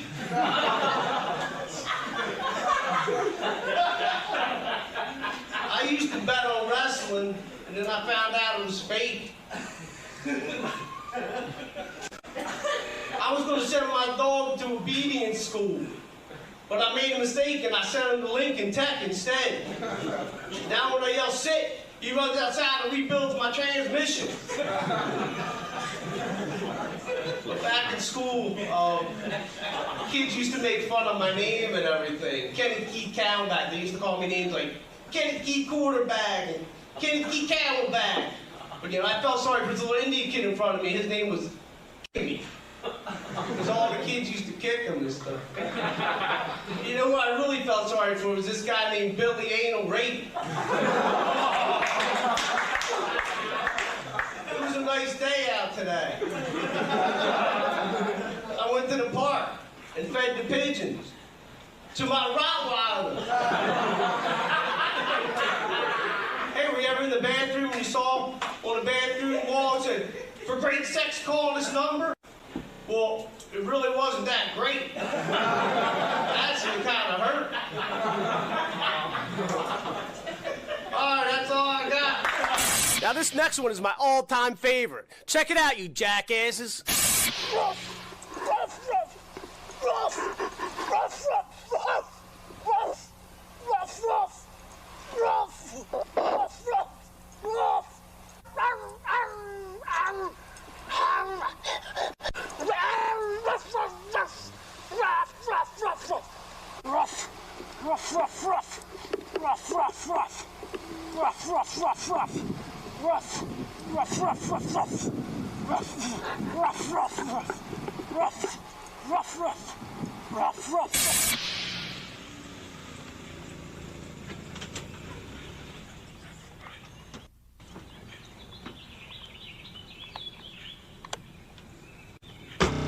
Are those guys?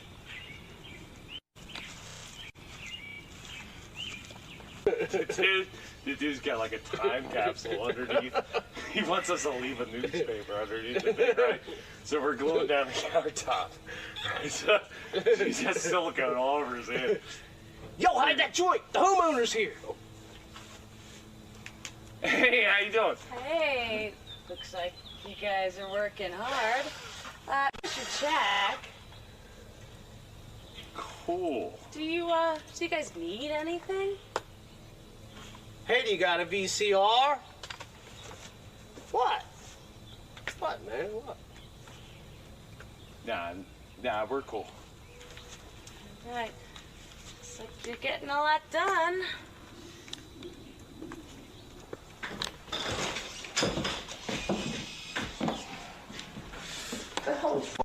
Here, give me that joint. Ask him about the freaking VCR. Yeah, she doesn't know what's going on. Oh, that makes three of us. So dumb, bro. Oh, she don't know what's going on. Here, man. See what's in here. Ooh. What you got there, man? Here's some Twinkies. Twinkies? You think I have VCR?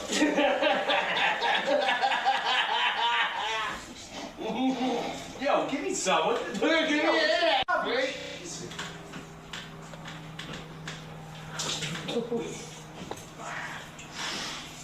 What's your problem? Yo, man. You're Bogart. So what are we doing now? We're hanging French doors. I never did that before. Well, that's why we got the tape. Yeah, we'll put it in.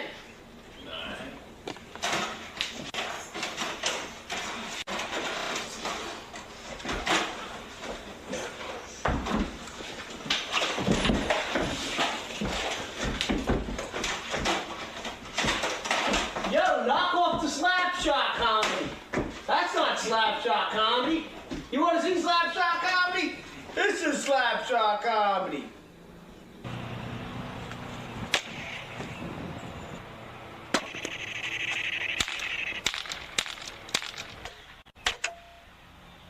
Yo, dude, I'm coming down. You got that ladder? Huh? Yeah, it looks good, man. What?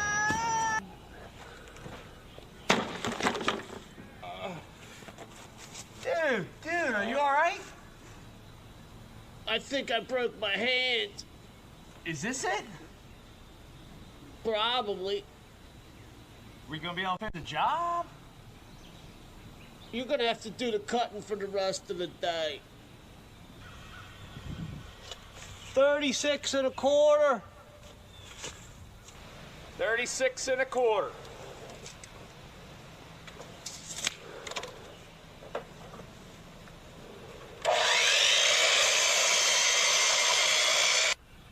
$86 5/8. 86 5/8.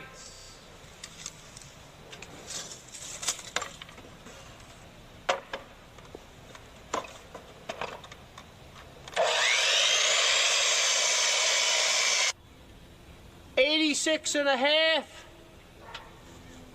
86 1/2.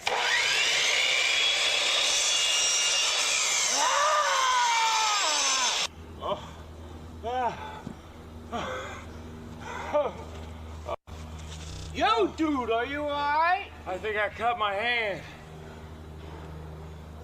Is this it? Yeah. Should we call it a day? Nah, get back to work. Hi, I'm 𝐀𝐫𝐭𝐢𝐞 back to clown. I do some juggling. I got tricks up my sleeve. I entertain little kids. Want to see me juggle? Yeah, here you go, little kids. Hey, you little kids, come on, here we go. Look at this, honey. Look at this, little kid. Whoa. Clown, who wants the clown? Hey, I got a blues.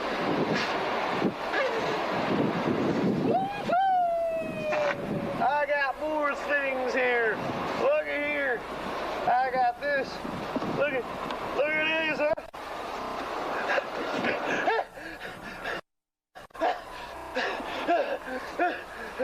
Let's see what else I got here.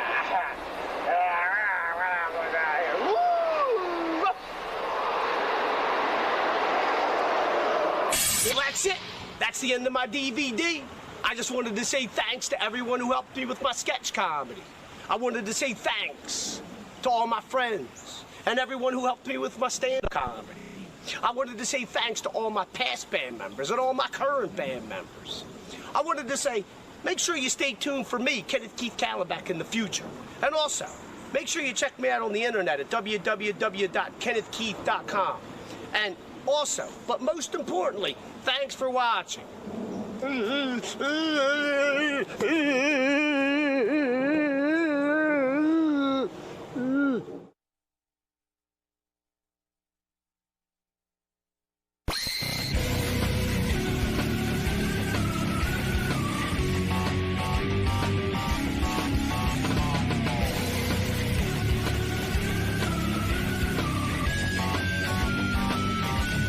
Wrap-up show, a recap and behind-the-scenes look with John Hein and Gary Dell'Abate. The best of the wrap-up show begins now. Hey, this is John Hein, and on Monday's wrap-up show, Artie stopped by with Gary to talk about their fine USO tour, and they both seemed a little bit annoyed that Howard didn't let them tell their stories the way they wanted to tell them. And let's see what they had to say. We should lead off, Gary, of course, with your world tour. And before we get into the details on that, because you guys talked about it for a while, well, Artie talked about it for a while on today's show, did you think Howard was, okay, guys, thanks, you know, like we've heard these stories at a certain point, or? You know, we started talking about it almost as soon as the show started. I looked at my watch, and it was 7:15. And I was thinking that's about as long as we were going to go. And then it went on to 7:30.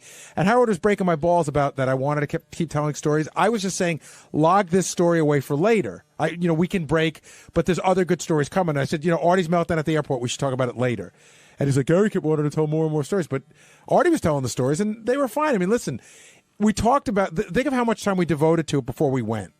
So we got to talk about what happened. Now, did Artie said that it literally changed his life? He's happier and he really has an appreciation. Yeah, I didn't even realize that till we got back. Well, my question to you is, did it change yours? I wouldn't say it changed my life, but it was an eye-opening experience, and it definitely makes me look at things differently than before I went. Like I was even talking to you, last night with that show.